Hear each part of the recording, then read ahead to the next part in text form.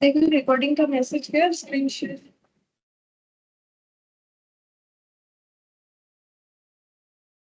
Yes ma'am. Yes, ma'am.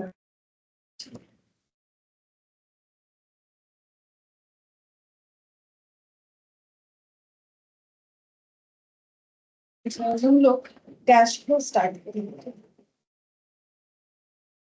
तो पहले cash flow देखो, कैश फ्लो को जो कवर करता है वो है एस।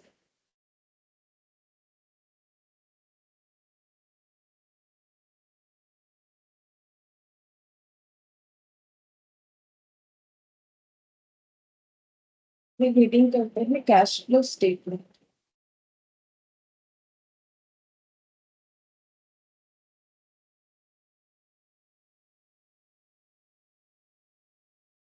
तो कैश फ्लो स्टेटमेंट क्या होता है, देखो यहाँ पर हमें क्या क्या वर्ड मिल रहा है। एक तो हमें मिल रहा है कैश, ठीक है।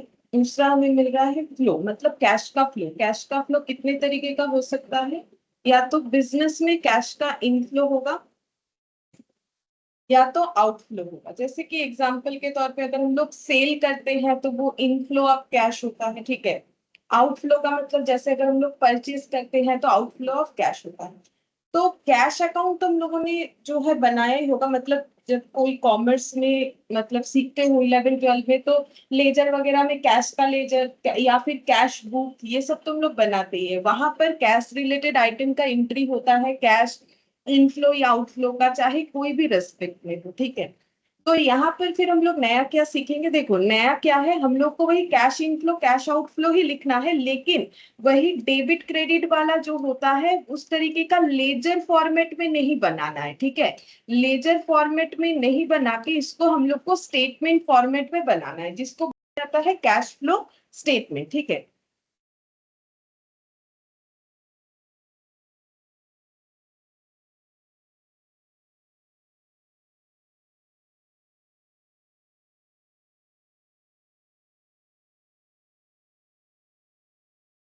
Good morning, ma'am. तो कैश फ्लो जो है वही हम बता रहे थे कि कैश फ्लो जो है वो कैश अकाउंट जो बनाते थे बचपन में वही जो है बनेगा, लेकिन स्टेटमेंट वाइज बनेगा। अब जैसे लेजर का अपना फॉर्मेट होता है कि डेबिट क्रेडिट इस तरीके से, इधर लिखो तो टू लिखना है, इधर लिखो तो बाई लिखना है। वैसे कैश फ्लो स्टेटमेंट भी कुछ रूल्स रेगुलेशंस को फॉलो करके बनता है। कैश फ्लो स्टेटमेंट जो बनेगा उसमें हमें एक्टिविटी वाइज हमारे इनफ्लो और आउटफ्लो को दिखाना होता है। तीन एक्टिविटी होता है, देखो कैश फ्लो तो मुझे लगता है 12th में कोई किसी बोर्ड से हो होता है, मुझे जितना लग रहा है, ठीक है।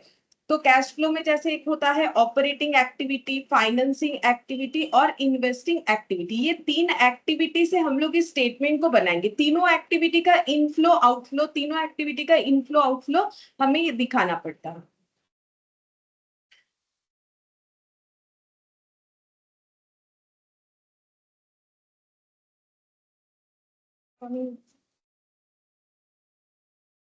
Good morning, ma'am. तो तीनों का हमें इनफ्लो आउटफ्लो दिखाना होता है, ठीक है। तो कैश फ्लो स्टेटमेंट जो है वो बेसिकली बोल सकते हो एक कैश अकाउंट ही है, लेकिन इसको रेडी करने का प्रोसेस जो है वो थोड़ा सा अलग हो जाएगा। एक्टिविटी वाइज हम लोग उस स्टेटमेंट को बनाएंगे, तो वो तो हम लोग पढ़ेंगे। कैलकुलेशंस तो हम लोग करेंगे जो तुम लोग 12 में करते हो, ठीक है। लेकिन इसके पहले हम लोग इसके अगेंस्ट में जो AS3, इसके लिए जो AS3 बना हुआ है, ठीक है, अकाउंटिंग स्टैंडर्ड 3। तो AS3 को और अलग से पढ़ना नहीं होता है, कैश फ्लो पढ़ते ही AS3 कवर होता है, क्योंकि कैश फ्लो बनाने का जो भी प्रोसेस रूल्स जो भी फॉलो होगा वो AS3 के अकॉर्डिंग ही फॉलो होगा। क्योंकि अकाउंटिंग स्टैंडर्ड 3 जो है वो कैश फ्लो कैसे प्रिपेयर करना है वो बताता है। जैसे हर एक अकाउंटिंग स्टैंडर्ड जो है अलग अलग बातों के लिए बनाया गया, लाइक AS10 जो है वो फिक्स्ड एसेट के लिए बनाया गया है, जिसको अभी PPE बोला जाता है। AS2 जो है इन्वेंट्री वैल्यूएशंस के लिए। ये AS2 का जो है सभी को पता होगा। जैसे होता है ना कि स्टॉक का दो वैल्यू दे देता है, फाइनल अकाउंट्स बनाते हो तो एडिशनल इंफॉर्मेशन में क्लोजिंग स्टॉक का 40,000 दे दिया, 42,000, तो तुम लोग को बोला जाता है 40,000 लिख लो। क्यों? क्योंकि कॉस्ट और NRV which ever is lower, ये हमें फॉलो करना पड़ता है। तो वो फॉलो क्यों करते हैं, कहीं ना कहीं लिखा हुआ है, तो AS2 में लिखा हुआ है। तो सेम तरीके से AS क्या है, अकाउंटिंग स्टैंडर्ड बेसिकली जो है हमारे किसी जिस रेस्पेक्ट में वो स्टैंडर्ड बना हुआ है उसको गाइड करने के लिए बनाया गया है। जैसे कैश फ्लो स्टेटमेंट कैसे बनेगा उसका गाइडलाइन जो है AS3 देता है। अब AS3 के अकॉर्डिंग कुछ बताया गया है, इंपॉर्टेंट कुछ जो है मतलब क्या बोले नोट्स है वो हम लोग लिख लेते हैं, ठीक है, तो तुम लोग भी लिख लो। तो पहले, it is an additional information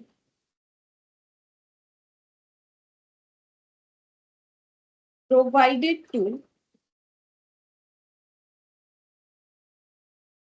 the users of accounts in form of a statement. In form of a statement, comma, which reflects the various sources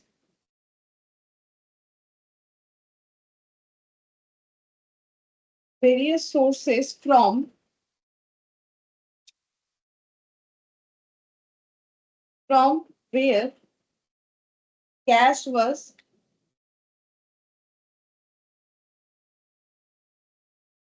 generated,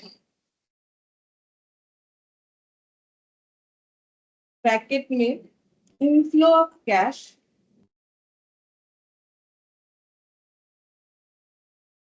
by an enterprise during the relevant accounting year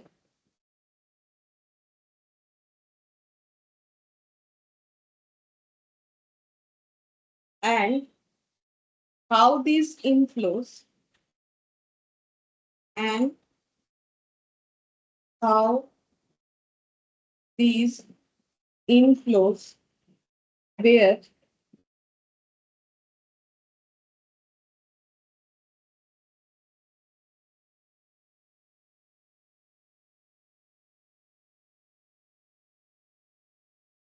Good morning,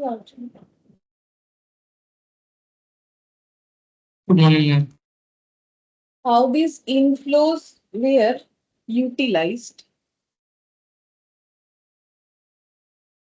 outflow of cash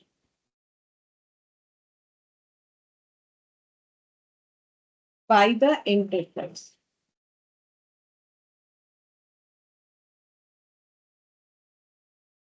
बता देते हैं क्या लिखा है मैंने, देखो बोला है कि it is an additional information. क्यों बोला है? क्योंकि नॉर्मली कोई भी ऑर्गेनाइजेशन अपने फाइनेंशियल स्टेटमेंट में क्या क्या बनाता है पता है? सबसे पहले हम लोग जो सीखते हैं ट्रेडिंग एंड PL, जब तुम लोग सोल प्रोप्राइटरशिप सीखते हो।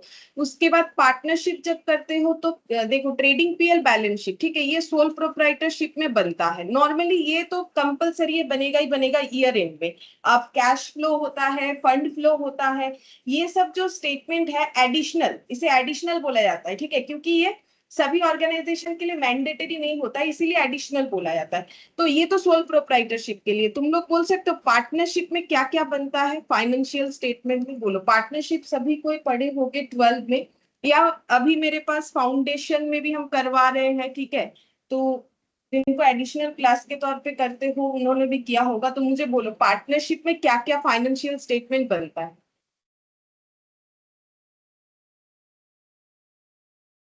मैम एक तो profit and loss account appropriation account बनाते हैं हम लोग,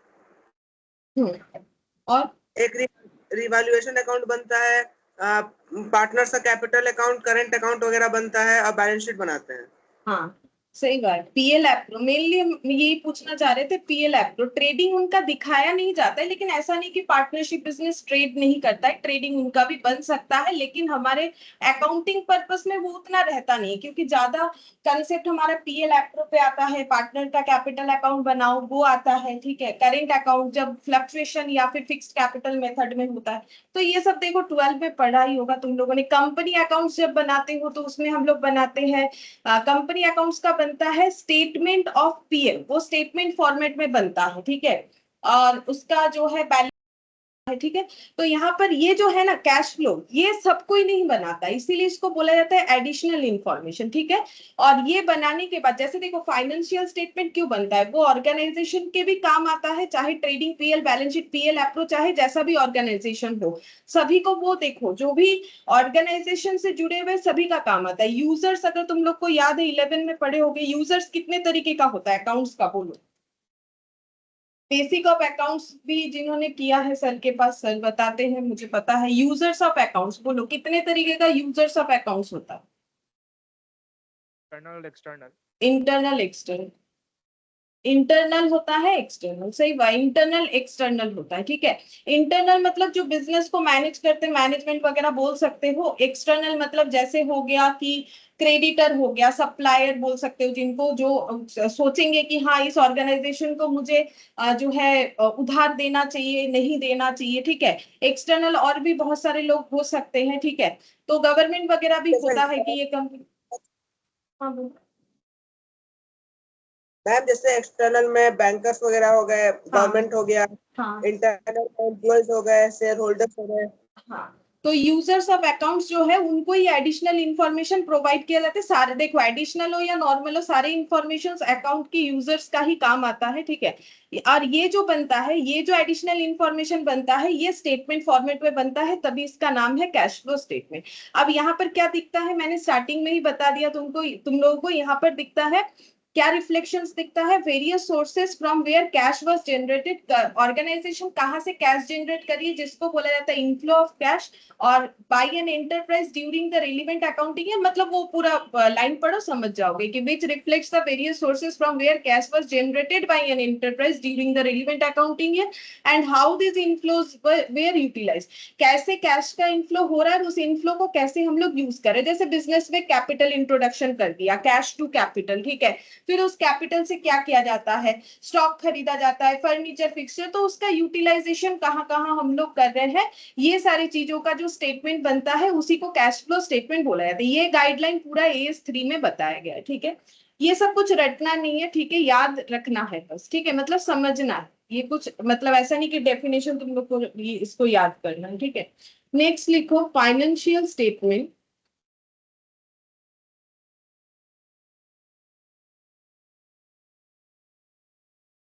with respect to one person company, comma small company, comma dormant company, and private company, bracket में such if such a private company is a startup, bracket close, may not include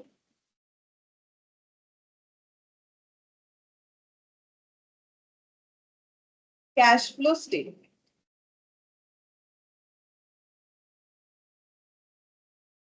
तो ये हमें बताया है कि किनको कैश फ्लो स्टेटमेंट बनाने का जरूरत नहीं है, ठीक है। Financial statement with respect to जैसे कि वन पर्सन कंपनी, ठीक है। फाइनेंशियल स्टेटमेंट के साथ कैश फ्लो स्टेटमेंट किनको बनाना मैंडेटरी नहीं है, अगर कोई वन पर्सन कंपनी है, ठीक है। कंपनीज एक्ट 2013 आने के बाद से ये वन पर्सन कंपनी का कंसेप्ट आया, तुम लोग लॉ में पढ़ते ही होगे। स्मॉल कंपनी या फिर डॉर्मेंट कंपनी का मतलब जो कंपनी रजिस्टर तो हो चुकी है बट अभी तक एक्टिव नहीं हुई है, या फिर इस तरीके का प्राइवेट कंपनी जो अभी स्टार्टअप है, ठीक है। तो इनको बोला गया है कि कैश फ्लो बनाने का जरूरत नहीं है। नॉर्मली कंपनी होते ही कैश फ्लो मैंडेटरी होता है, लेकिन कुछ ऐसी कंपनी भी है जिनको कैश फ्लो बनाना मैंडेटरी नहीं है। कौन बताया है? AS3। अपने मन से हम लोग कुछ नहीं कर रहे, ठीक है, सारी चीज का बताया गया है उसके हिसाब से करेंगे। अब कैश फ्लो स्टेटमेंट में हमें कुछ टर्म्स का पता होना चाहिए, एक तो कैश, दूसरा cash and cash equivalent. Cash flow जो है इसमें कैश का मतलब सिर्फ कैश नहीं होता है, कैश एंड कैश इक्विवेलेंट होता है। तुम लोग 12 में कंपनी अकाउंट्स किए हो या फिर कभी भी कंपनी अकाउंट्स कॉलेज में किए हो, फाउंडेशन में किए हो, तो कंपनी अकाउंट्स में देखोगे जो हम लोग का करेंट एसेट में आता है वो हम लोग लिखते हैं कैश एंड कैश इक्विवेलेंट। तो यहाँ पर पूरा डिस्क्राइब किया गया है कि कैश के साथ ये कैश इक्विवेलेंट क्या होता है। तो कैश का मतलब क्या होता है वो लिख देते हैं, कैश में क्या क्या कवर होता है। यहाँ पर कैश का मतलब the term cash means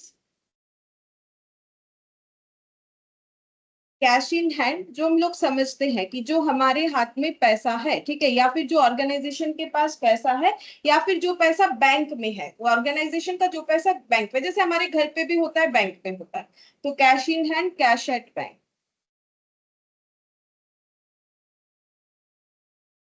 and and demand draft, sorry demand deposit, demand draft बोलते हैं, डिमांड डिपॉजिट। डिमांड डिपॉजिट भी हम लोग बैंक में कर सकते हैं, ठीक है, ये बैंक में ही होता है। डिमांड डिपॉजिट ऐसा होता है कि जैसे हम लोग बैंक में पैसा डिपॉजिट करते हैं, ये भी उसी तरीके का है, बस इसमें हम लोग जब चाहे पैसे को ऑन डिमांड निकाल सकते हैं, ठीक है, मतलब विथड्रॉल कर सकते हैं। इस तरीके के जो डिपॉजिट होते हैं उसे बोला जाता है डिमांड डिपॉजिट। तो कैश के अंदर ये सारी चीज इंक्लूड होता है। और कैश इक्विवेलेंट क्या होता है? कैश इक्विवेलेंट जो है वो कैश के तरह ही होगा, क्योंकि देखो नाम क्या दिया हुआ है, कैश इक्विवेलेंट, लेकिन इक्विवेलेंट कैसे होगा उसके लिए जो है गाइडलाइन दे रखा है, उसके अकॉर्डिंग ही वो कैश इक्विवेलेंट हो सकता है। पहले हम लिखवा देते फिर समझा देंगे। Cash equivalent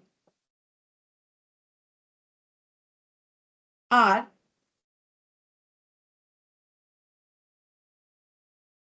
short term comma highly liquid investment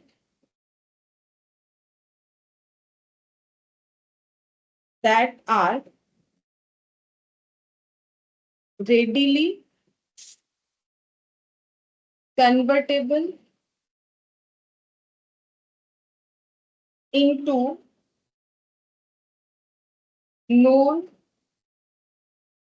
amount of cash and which are subject to an insignificant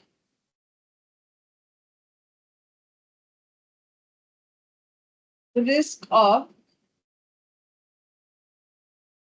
change in value।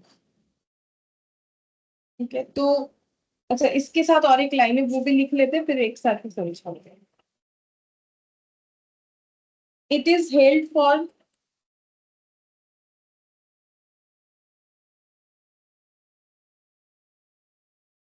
the purpose of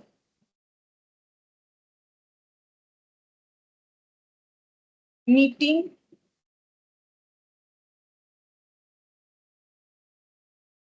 short-term cash commitment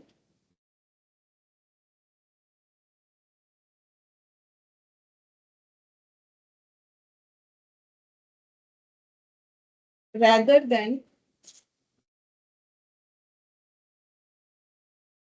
for investment or other purpose।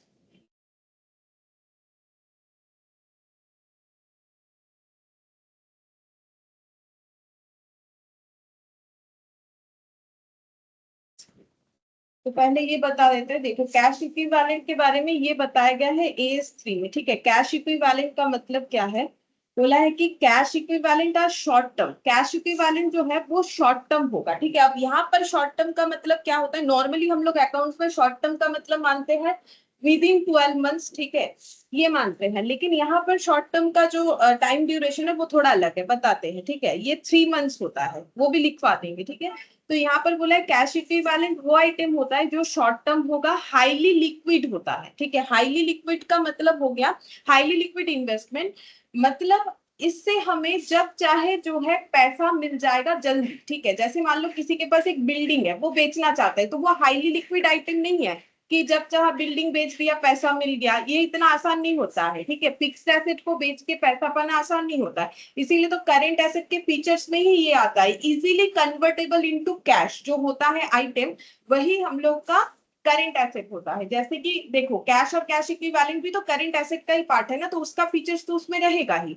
तो यहाँ पर वही बोला है highly liquid होता है, ठीक है। हाईली लिक्विड इन्वेस्टमेंट है that are readily convertible into known amount of cash, ठीक है।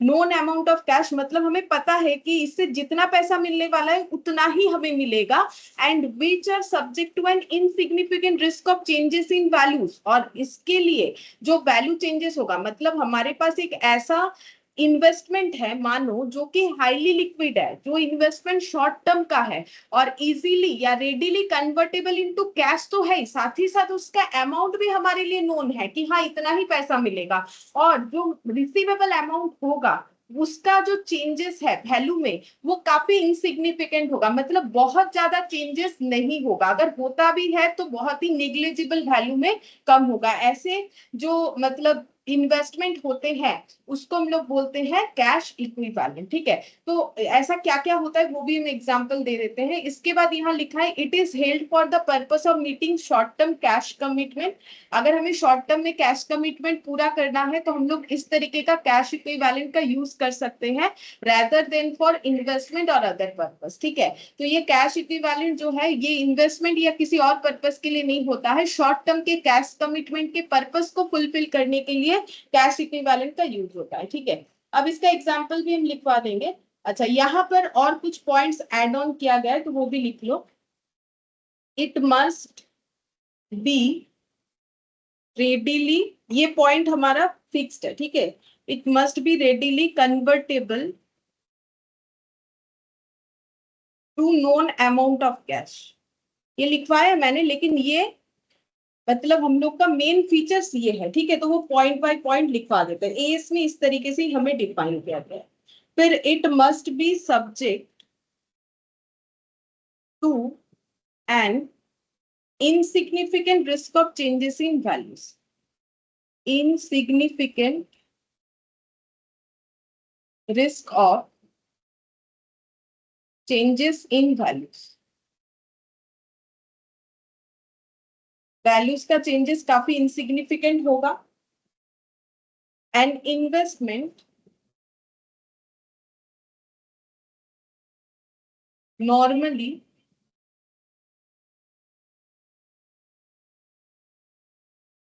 qualifies as cash equivalent only when it has a short maturity,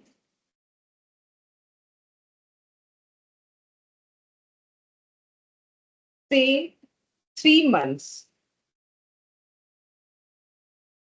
or less from the date of acquisition।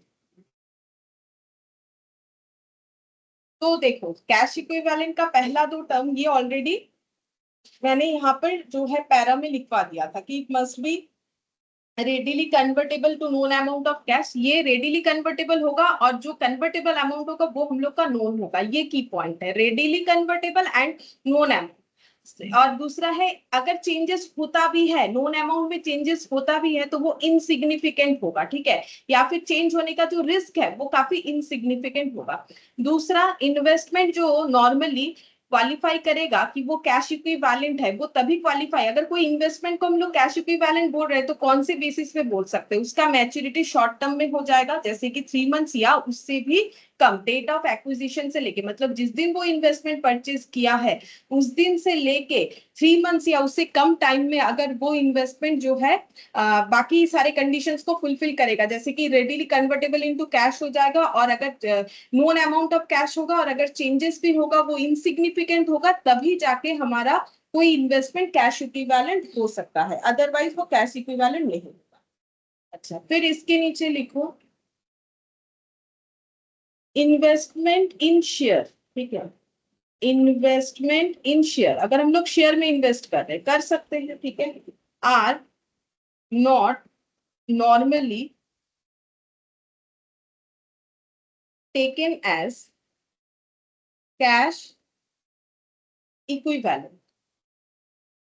Normally हम लोग इसको cash equivalent नहीं मानेंगे। Investment इन share क्यों नहीं मानेंगे? क्योंकि देखो इन्वेस्टमेंट इन शेयर में क्या पॉइंट कवर नहीं करेगा पता है? देखो इन्वेस्टमेंट इन जो शेयर है वो रेडिली कन्वर्टेबल इनटू कैश तो है, लेकिन नोन अमाउंट नहीं है, क्योंकि हम लोगों ने शेयर खरीद लिया, उसके बाद जब हम लोग उसको बेचना चाहते हैं हमें नहीं पता कि कितना गेन हो सकता है, कितना ज्यादा या कितना कम की, और उसमें जो चेंजेस अमाउंट होगा ना वो ये नहीं बोल सकते हो। Good afternoon.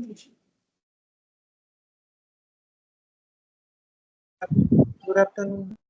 और वो हम लोग ये नहीं बोल सकते कि कितना कम या ज्यादा होगा। मतलब अगर हम लोग शेयर को 3 मंथ्स या उससे कम के लिए इन्वेस्ट कर दिए, ठीक है, तो वो हम लोग का शॉर्ट टर्म इन्वेस्टमेंट तो हो गया, कैश इक्विवेलेंट के लिए जो टाइम का जरूरत है वो तो फुलफिल हो गया, वो हमें रेडिली कन्वर्टेबल कैश भी है वो आइटम, मतलब शेयर जो है वो रेडिली कन्वर्टेबल इनटू कैश भी है, लेकिन नोन अमाउंट नहीं है। ठीक है, कितना मिलेगा? ठीक है, कितना मिलेगा, और उसमें जो चेंजेस का रिस्क है ना वो इनसिग्निफिकेंट नहीं होता है। ठीक है, वो काफी ज्यादा या कम हो सकता है। इसी वजह से जो शेयर है उसमें अगर हम लोग इन्वेस्टमेंट कर रहे हैं तो वो 3 मंथ्स के कम या 3 मंथ्स तक के लिए करने के बाद भी इसको हम लोग कैश इक्विवेलेंट नॉर्मली नहीं मानते हैं, ऐसा AS3 का कहना है। ठीक है, अच्छा, फिर यहाँ पर लिखो unless they are in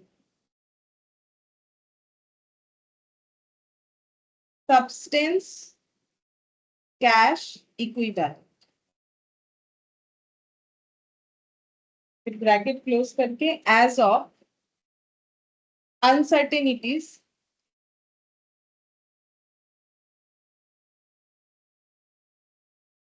associated with them as to realizable value।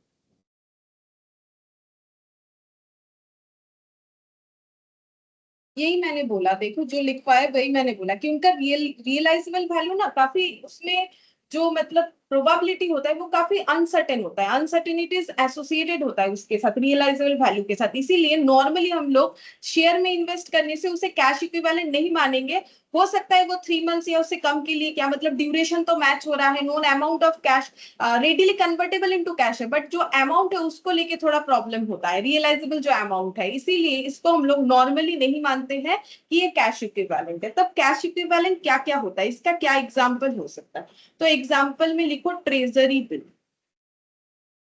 Treasury bill होता है, कॉमर्शियल पेपर होता है, कॉमर्शियल पेपर, ये सब हम कैश इक्विवेलेंट का एग्जाम्पल दे रहे हैं। ठीक है, कॉमर्शियल बिल होता है। अच्छा, इसके बाद कॉल मनी होता है, सर्टिफिकेट ऑफ डिपॉजिट एटसेट्रा। ठीक है, जिसमें से देखो काफी सारा चीज तुम लोग को पता होगा, लेकिन सबसे अच्छा अगर कुछ पता है मुझे जो लगता है इसके बारे में हम लोग काफी पढ़ते हैं, कॉमर्शियल बिल, इसका अकाउंटिंग ट्रीटमेंट, सिर्फ लॉ में क्यों, इसका अकाउंटिंग ट्रीटमेंट वगैरह भी हम लोग करते हैं, जिस चैप्टर का नाम होता है बिल्स ऑफ एक्सचेंज। ठीक है, जब तुम लोग बिल्स ऑफ एक्सचेंज पढ़ते हो तो वो कॉमर्शियल बिल ही है। ठीक है, और अगर देखोगे बिल्स ऑफ एक्सचेंज कभी किए हो तो वहां पर देखोगे एक बिल्स नॉर्मली 90 डेज या 3 मंथ्स, एक ही बात है, 3 मंथ्स बोलो या 90 डेज, तुम लोग कोई भी बिल्स ऑफ एक्सचेंज का क्वेश्चन लेके देखोगे तो देखना वहां पर, या फिर कभी भी उसको एज ए मतलब वो भी तो एक इंस्ट्रूमेंट है ना, कॉमर्शियल इंस्ट्रूमेंट, तो उसके बारे में लॉ में भी पढ़ोगे देखोगे तो वो लिखा हुआ होता है कि वो 3 मंथ्स का होता है, ठीक है। कॉमर्शियल बिल कैसा होता है, जैसे कि हम लोग अगर अपना सेल जो है ज्यादा करना चाहते हैं, तो अगर हम लोग बोलेंगे सिर्फ कैश सेल ही करेंगे तो हो सकता है हमारे पास उतना कस्टमर ना आए, तो हमें क्रेडिट सेल का भी फैसिलिटी रखना होता है। लेकिन क्रेडिट सेल में रिस्क है, क्या है कि हमारा बैड डेट हो सकता है। तो हम लोग क्या कर सकते हैं, अगर हम लोग चाहे कि हम लोग क्रेडिट सेल करें लेकिन हमारा बैड डेट भी होने का चांसेस थोड़ा कम हो जाए, तो हम लोग प्रोटेक्शन के लिए बिल ड्रॉ कर सकते हैं, किस पे, जो परचेज कर रहा है, ठीक है। जैसे मान लो ये जो मिस्टर ए है, इन्होंने एक मान लो जो है फोन, मोबाइल फोन सेल किया है, ठीक है, मोबाइल फोन का दुकान है इनका, मोबाइल फोन सेल किया है मिस्टर बी को, ठीक है। अब मिस्टर बी बोल रहे हैं हम ना 2 मंथ्स बाद पैसा देंगे, ठीक है। तो अब ये नहीं चाहते हैं कि मिस्टर बी दूसरे किसी जगह पे जाके खरीदे, क्योंकि ये बोल रहे हैं 2 मंथ्स बाद पैसा दे देंगे, लेकिन अगर ना दे तो इसके लिए मिस्टर ए क्या कर सकते हैं ना, इनके ऊपर एक बिल ड्रॉ कर सकते हैं, बिल ड्रॉ कर सकते हैं, जिसको हम लोग बोलते हैं बिल्स रिसीवेबल, ठीक है। और इनके पास उसके अगेंस्ट में आ जाएगा बिल्स पेबल। ये बिल्स ड्रॉ करेंगे, इसके पास आ जाएगा बिल्स पेपर। बिल्स ड्रॉ कैसा होता है, कुछ नहीं, एक डॉक्यूमेंट होता है, लीगल डॉक्यूमेंट, जहां पर लिखा हुआ रहता है, एक पेपर होता है, वहां लिखा हुआ रहता है कि इस पर्सन ने इस तारीख को इतने अमाउंट का चीज लिया है और प्रॉमिस मतलब अपने आप मतलब बोला है कि ये अमाउंट इतने तारीख को हम इनको दे देंगे, मतलब मिस्टर बी ने ऐसा बोला है कि हम 2 मंथ्स बाद दे देंगे, वो बात को जो है रिटर्न कर लिया जाता है। रिटर्न करने से क्या हुआ कि अगर मिस्टर बी बाई चांस धोखा देता है तो मिस्टर ए इसके ऊपर लीगल केस करने के लिए इनके पास प्रूफ रहता है, एड्रेस वगैरह लिख के यहाँ साइन करना पड़ता है। साइन कौन करेगा, मिस्टर बी, क्योंकि उन्हीं का साइन का वैल्यू है। मिस्टर ए करके क्या करेगा, अगर लॉस किसी का होना ही है तो मिस्टर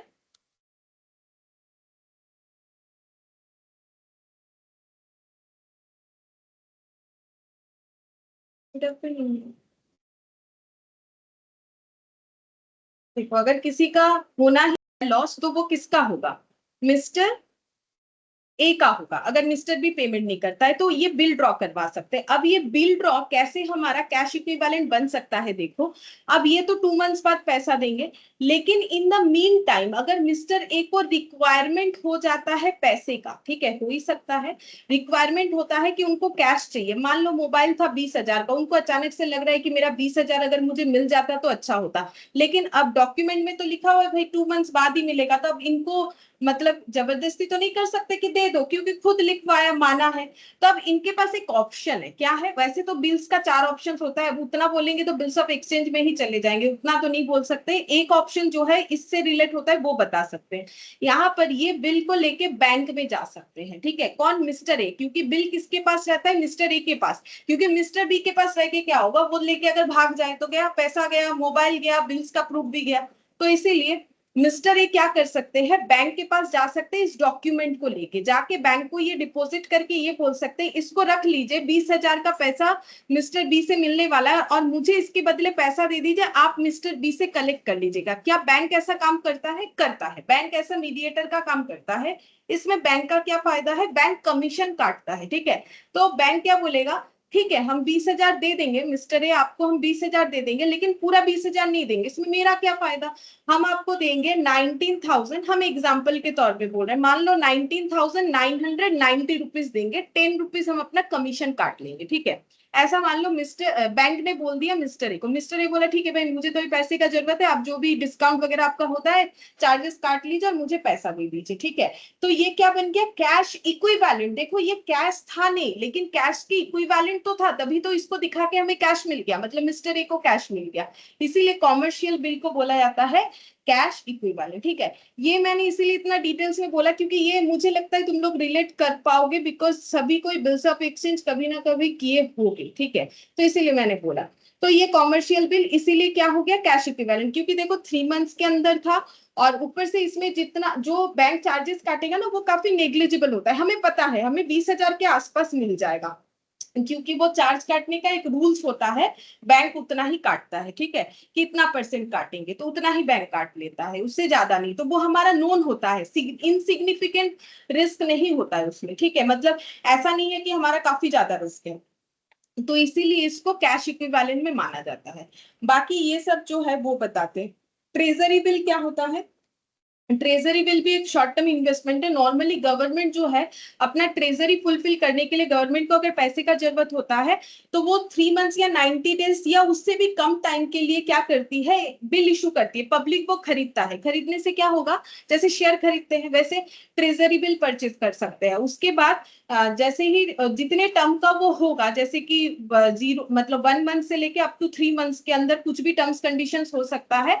तो हम लोगों ने जितने का खरीदा, बैंक जो गवर्नमेंट है उन्होंने कुछ दिन बाद जो टर्म्स कंडीशंस था कुछ अमाउंट इंटरेस्ट के साथ वो लौटा दिया। तो वो इंटरेस्ट पाने के लिए हम लोग ट्रेजरी बिल परचेज कर सकते हैं, ठीक है।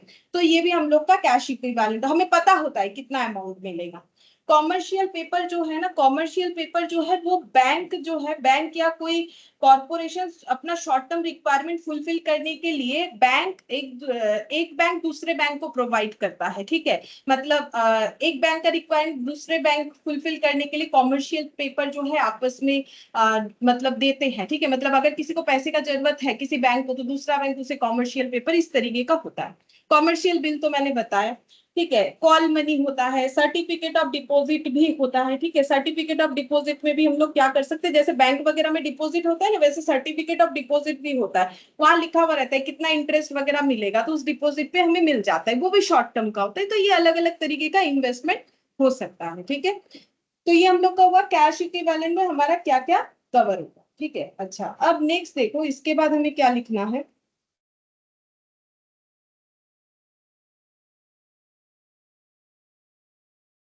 Transaction which represent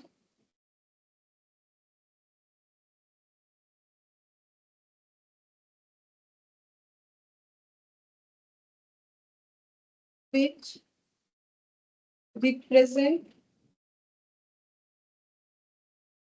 movement between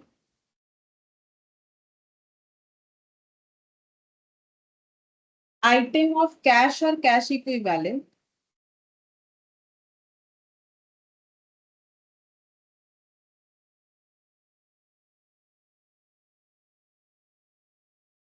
are not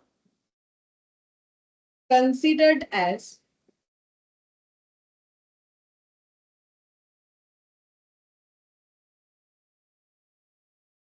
cash flow।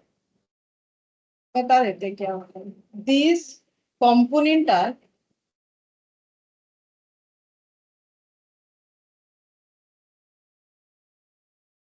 part of the cash management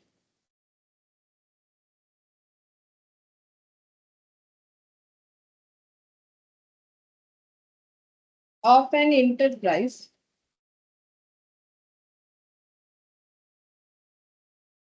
rather than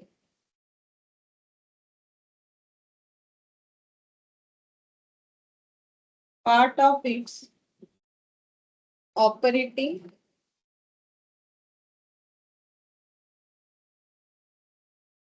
investing or financing activity।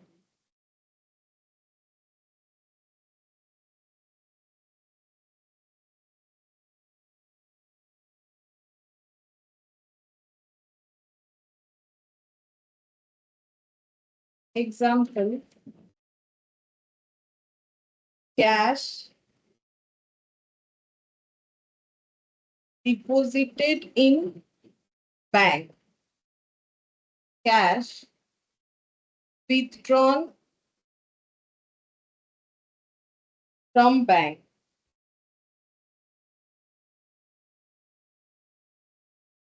purchase or sale of short-term marketable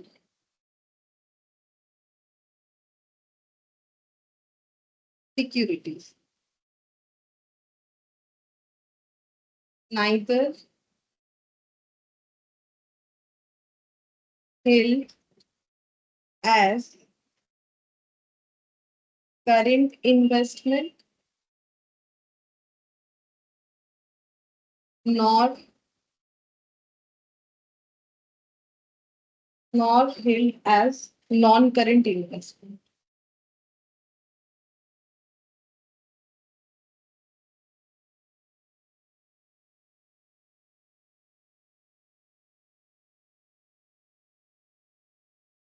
बताते हैं क्या लिखा है, देखो। अब कुछ चीज ऐसा है जो कि कैश और कैश इक्विवेलेंट में नहीं आता है, जैसे कि देखो, अगर कोई भी ट्रांजैक्शन ऐसा हो रहा है जो कि कैश एंड कैश इक्विवेलेंट में ही रह जा रहा है, जैसे कि समझाने से, जैसे देखो कैश डिपॉजिटेड इन बैंक, जैसे कंपनी, जैसे हम लोग कैश फ्लो तो कंपनी अकाउंट्स का ही करेंगे, तो कंपनी मान लो क्या कर रही है, अपने पास से कैश ले जाके बैंक में डिपॉजिट कर रही है या बैंक में रखा हुआ अपना पैसा विथड्रॉल कर रही है, तो इस तरीके के इंसिडेंट को हम लोग ना तो कैश इनफ्लो ना तो कैश आउटफ्लो करेंगे। बैंक से पैसा निकाल लिया तो वो कैश इनफ्लो नहीं कहलाएगा, बैंक में पैसा डिपॉजिट कर दिया तो वो कैश आउटफ्लो नहीं कहलाएगा। क्यों? क्योंकि ये जो है ये कैश का मैनेजमेंट कहलाता है। यहाँ पर कैश इनफ्लो आउटफ्लो का मतलब है या तो वो रिलेटेड टू ऑपरेटिंग, इन्वेस्टिंग या फाइनेंसिंग एक्टिविटी का पार्ट होना चाहिए। अब हम बताएंगे ऑपरेटिंग, इन्वेस्टिंग और फाइनेंसिंग क्या होता है इसके बाद।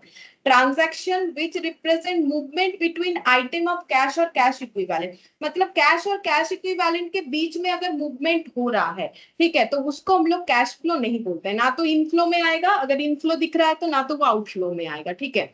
जैसे कि हम लोगों ने कैश जो है बैंक में डिपॉजिट कर दिया तो हम लोग इसको कैश आउटफ्लो नहीं बोल सकते। बैंक से कैश निकाल लिया तो इसको हम लोग कैश इनफ्लो नहीं बोल सकते हैं, ठीक है। या फिर परचेज और sale of short term marketable securities, ठीक है, जिसको हम लोगों ने ना तो कोई इन्वेस्टमेंट पर्पस के लिए होल्ड किया था, ना तो देखो लिखा हुआ है neither held as current investment nor non current investment, ठीक है। ऐसे सिक्योरिटीज को जब हम लोग सेल कर देते हैं, ठीक है, सेल या परचेज करते हैं, तो वो सारी चीज जो है हमारे कैश फ्लो में नहीं आता है, ठीक है, मतलब कैश इनफ्लो या आउटफ्लो नहीं कहलाएगा। यहाँ पर बोला है देखो, these component are part of cash management, इस तरीके के जो ट्रांजैक्शन होते हैं उसको बोलते हैं कि हम लोग कैश मैनेजमेंट कर रहे हैं of an enterprise rather than part of its operating, investing, financing activity. अब ये ऑपरेटिंग, इन्वेस्टिंग, फाइनेंसिंग एक्टिविटी क्या है जिसके ऊपर बेस करके हमारा कैश फ्लो स्टेटमेंट बनेगा, वो अभी देखो बताते हैं, ठीक है, इसके बाद ही बताएंगे। यहाँ पर एक लाइन और लिखवा देते हैं उसके बाद बताते हैं। Cash flow, cash flows are inflows and outflow of cash and cash equivalent,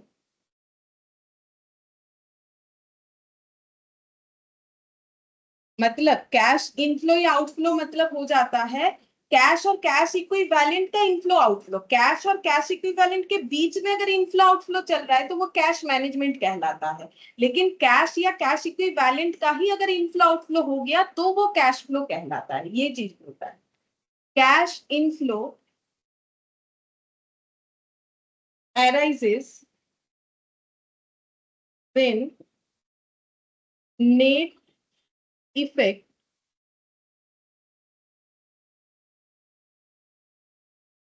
of transaction is increase in the amount of cash or cash equivalent। मतलब बोल रहा है कि कैश इक्विवेलेंट या कैश और कैश इक्विवेलेंट इंक्रीज अगर होता है, जैसे कि हम लोगों ने पूरे ईयर का ट्रेडिंग बनाते हैं तो जीपी दिखता है, पीएल बनाते हैं तो नेट प्रॉफिट दिखता है, वैसे ही अगर हम लोग पूरे साल भर का डेटा से कैश फ्लो स्टेटमेंट बनाएंगे तो हमें ये दिखेगा, या ऑर्गेनाइजेशन का हर एक एक्टिविटी के according, activity in the sense operating, financing और इन्वेस्टिंग एक्टिविटी के अकॉर्डिंग कैश का इनफ्लो हुआ है या कैश का आउटफ्लो हुआ है। मतलब ऑपरेटिंग एक्टिविटी परफॉर्म करने के बाद कंपनी का कैश इनफ्लो हुआ कि आउटफ्लो हुआ, इन्वेस्टिंग में इनफ्लो हुआ कि आउटफ्लो हुआ, फाइनेंसिंग में इनफ्लो हुआ कि आउटफ्लो हुआ, वो पर्टिकुलर एक्टिविटी वाइज होगा। और उसके बाद सारे एक्टिविटीज को मिला के हमें देखना है कि नेट इफेक्ट क्या हुआ ट्रांजैक्शन का। हम लोगों का अगर इंक्रीज हुआ है कैश या कैश इक्विवेलेंट तो उसको कैश इनफ्लोज बोलते हैं, और अगर डिक्रीज हुआ है तो उसे हम लोग बोलते हैं कैश आउटफ्लो, ठीक है।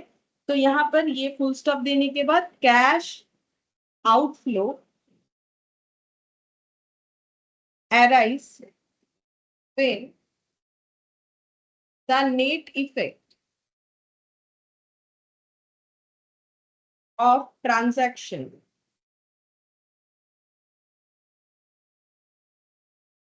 is to decrease in the amount of cash और कैश इक्विवेलेंट।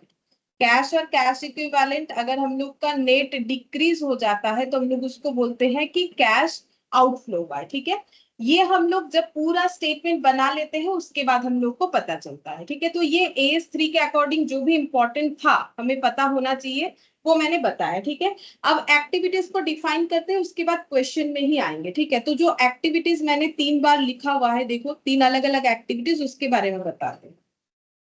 पहला है ऑपरेटिंग। ऑपरेटिंग का मतलब कोई भी बिजनेस अपने आप को जिस पर्पस के लिए ऑपरेट करता है, मतलब सबका तो अपना अपना बिजनेस होगा ना, तो ऑपरेटिंग के वजह से, ऑपरेटिंग एक्टिविटी के वजह से जो भी इनफ्लो आउटफ्लो होता है उसको हम लोग बोलते हैं ऑपरेटिंग एक्टिविटी। मतलब इसको अगर लिखना चाहे तो हम लोग ऐसे बोल सकते हैं, प्रिंसिपल रेवेन्यू प्रोवाइडिंग एक्टिविटी। मतलब बिजनेस का जो रेवेन्यू, प्रिंसिपल रेवेन्यू जहां से आ रहा है उस एक्टिविटी को ही हम लोग ऑपरेटिंग एक्टिविटी बोलते हैं। जैसे ट्रेडिंग में जो तुम लोग सेल्स लिखते हो, ठीक है, वही तो बिजनेस का मेन एक्टिविटी है। ठीक है, जो प्रोडक्ट बेच के, सर्विस बेच के, जिसका जो भी काम है उससे जो उसका अर्निंग होता है उसको हम लोग बोलते हैं ऑपरेटिंग एक्टिविटी। ठीक है, उसके बाद इन्वेस्टिंग। इन्वेस्टिंग एक्टिविटी का मतलब होता है जब हम लोग इन्वेस्टमेंट करते हैं, तो इन्वेस्टमेंट कैसे चीजों में कर सकते हैं, कोई एसेट वगैरह में, फिक्स्ड एसेट वगैरह में। ठीक है, तो हम लोग ऐसे लिख सकते हैं एक्विजिशन, एक्विजिशन और एंड डिस्पोजल, ऐसे लिखते हैं acquisition and disposal of long term asset and investment. ठीक है, लॉन्ग टर्म एसेट या इन्वेस्टमेंट को हम लोग जब एक्वायर कर रहे हैं तो इन्वेस्टिंग एक्टिविटी में हो जाता है कैश आउटफ्लो। क्यों? क्योंकि जब हम इन्वेस्टमेंट परचेज करेंगे तो मेरे पास से पैसा जाएगा।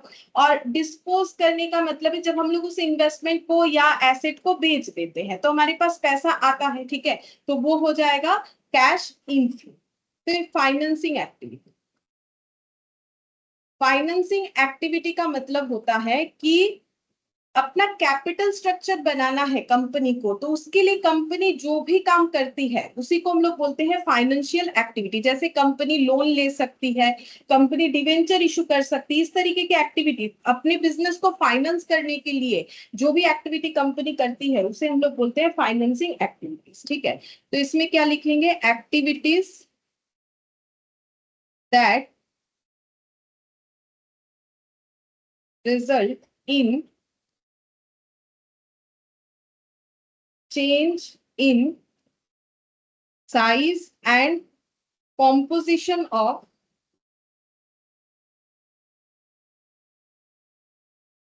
owner's capital, owner's capital and borrowing।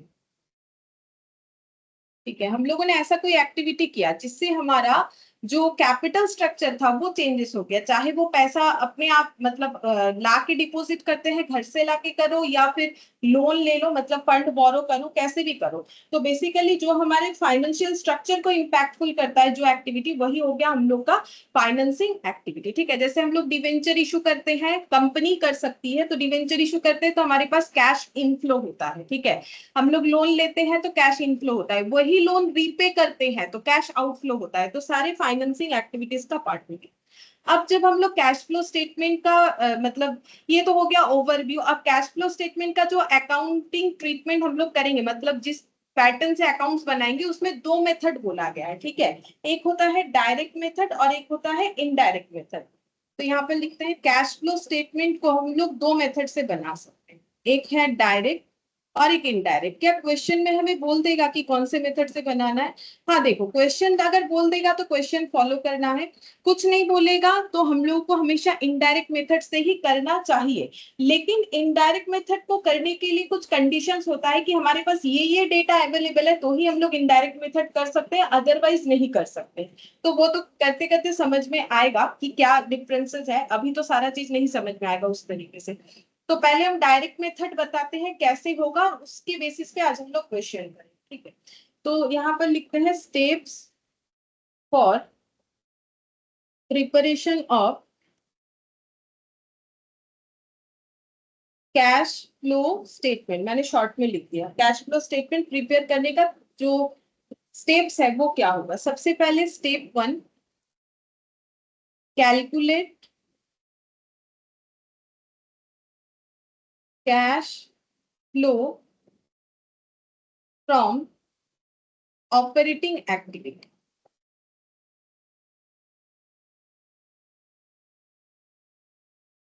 सबसे पहले हमें ऑपरेटिंग एक्टिविटी से क्या कैश फ्लो हुआ वो कैलकुलेट करना पड़ेगा। वो कैश नेट इंक्रीज भी हो सकता है, नेट डिक्रीज भी हो सकता है।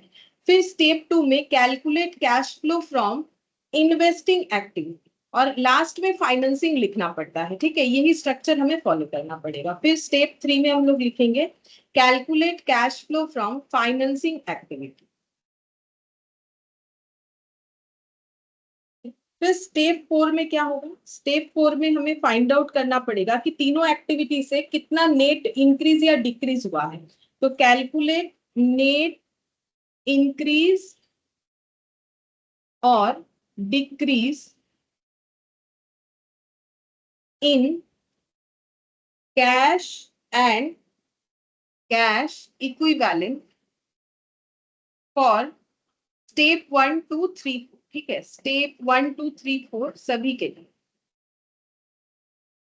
सॉरी स्टेप 1 2 3, ये 3 स्टेप में हमें फाइंड आउट करना पड़ेगा तीनों स्टेप को कैलकुलेट करने के बाद कि नेट इंक्रीज या डिक्रीज क्या हो। अभी लिखो, समझ में आ जाएगा, एक क्वेश्चन करेंगे तो कैसे करके हो रहा है, ठीक है। फिर स्टेप 5 में लिखो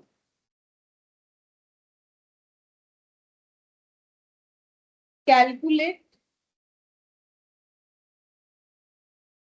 the cash and cash equivalent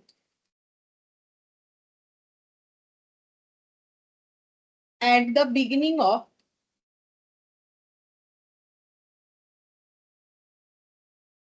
period, ठीक है। प्रीवियस पीरियड का हमें ओपनिंग कैश बैलेंस चाहिए होगा। नॉर्मली क्वेश्चन में गिवन रहेगा, ये कैलकुलेट नहीं करना पड़ता, लेकिन हम प्रैक्टिकली बता रहे हैं, लेकिन हमें गिवन होता है क्वेश्चन में, ठीक है। जैसे तुम लोग कैश अकाउंट बनाते हो तो अगर कुछ ओपनिंग कैश रहता है, प्रीवियस बैलेंस शीट से देखते हैं तो हम लोग लिखते हैं टू बैलेंस बीडी, अगर पॉजिटिव है, नेगेटिव जैसे कि बीओडी है तो बाई बैलेंस बीडी लिखते हैं, ठीक है।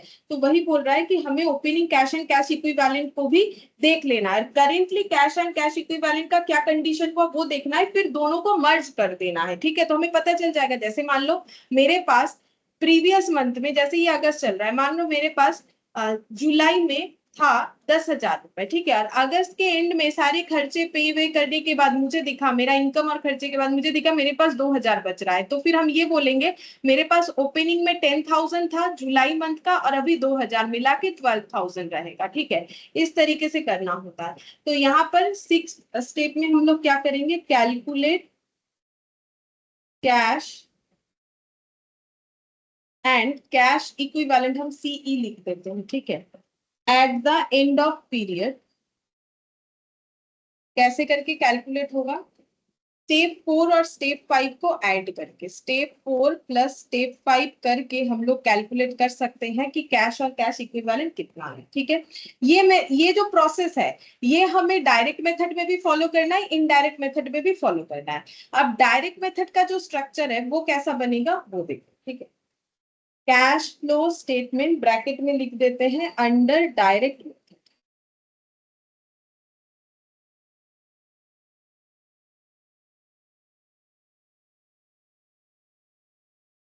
सबसे पहले यहाँ एक पर्टिकुलर्स बनाना है हमें, रुपीस रुपीस, ठीक है। 2 कॉलम रुपीस का हमेशा होगा। पहला हो जाएगा operating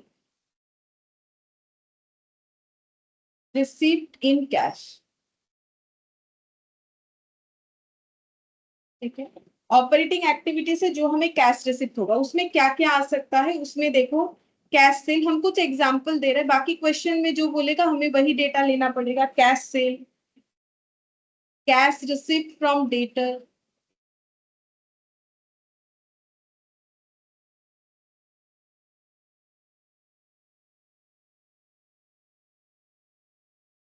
trading commission receipt.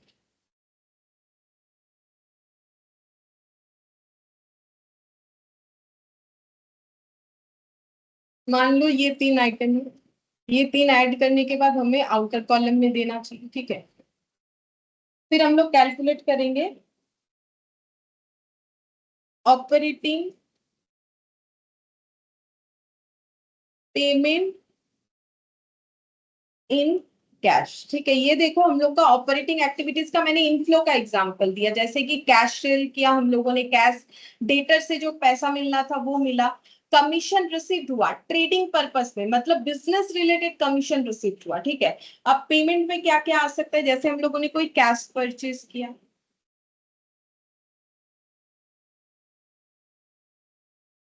Payment to creditor आ जाएगा, payment to creditor,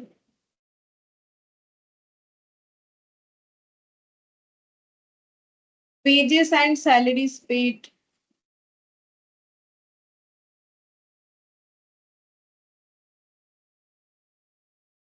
office administration expenses,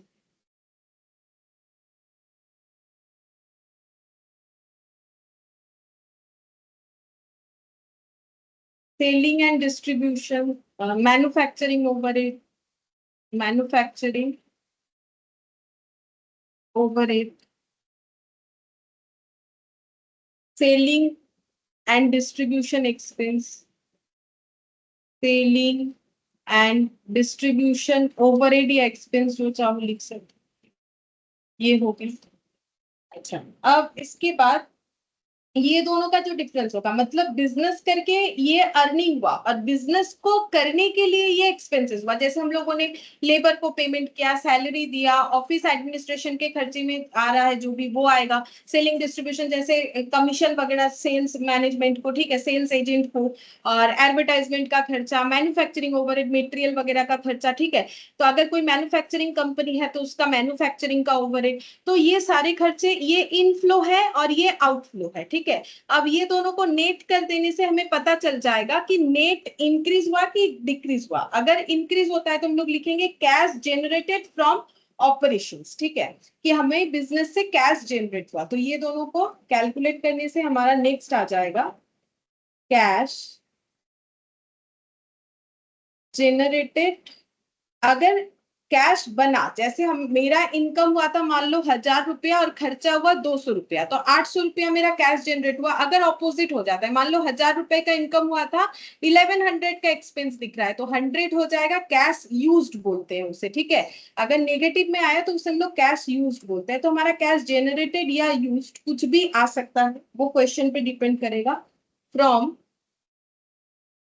operations before tax, यहाँ पर हमें लिखना पड़ता है टैक्स पे करने के पहले का हमारा कैश जनरेट हुआ अमाउंट या फिर कैश यूज्ड हुआ है। ठीक है, तो ये मैंने सी नाम दे दिया, यहाँ ए, यहाँ बी, यहाँ सी। सी कैसे आएगा, ए माइनस बी कर, ठीक है, ए माइनस बी करेंगे तो सी आ जाए। फिर नेक्स्ट हम लोग लिखेंगे डी पॉइंट में, अब इनकम टैक्स पे करना पड़ेगा, income tax paid, net of refund of tax, net amount दिखाना है। रिफंड अगर कुछ हुआ था तो रिफंड लेस करके नेट अमाउंट हम लोग को दिखाना है।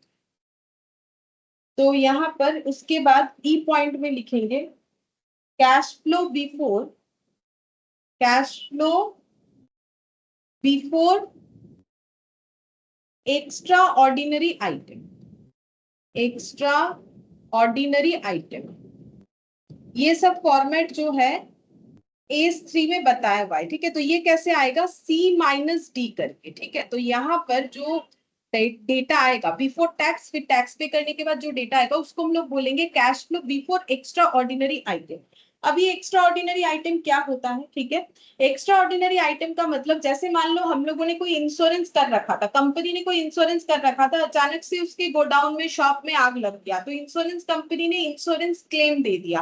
तो इस तरीके का अगर कुछ अमाउंट हमारे पास रिसीव होके आता है, इसको हम लोग बोलते हैं extra ordinary item. Extra ordinary item ma'am F number होगा। एक नंबर, ये हम लोग का एफ हो जाएगा, ठीक है। एक्स्ट्रा ऑर्डिनरी आइटम, ये हम लोग का यहाँ पर लिख देंगे एक्स्ट्रा ऑर्डिनरी आइटम, ठीक है। अब इसको जब लेस कर देंगे, ठीक है, एक्स्ट्रा ऑर्डिनरी आइटम आ गया, फिर हम लोग लिखेंगे जी पॉइंट में नेट कैश फ्रॉम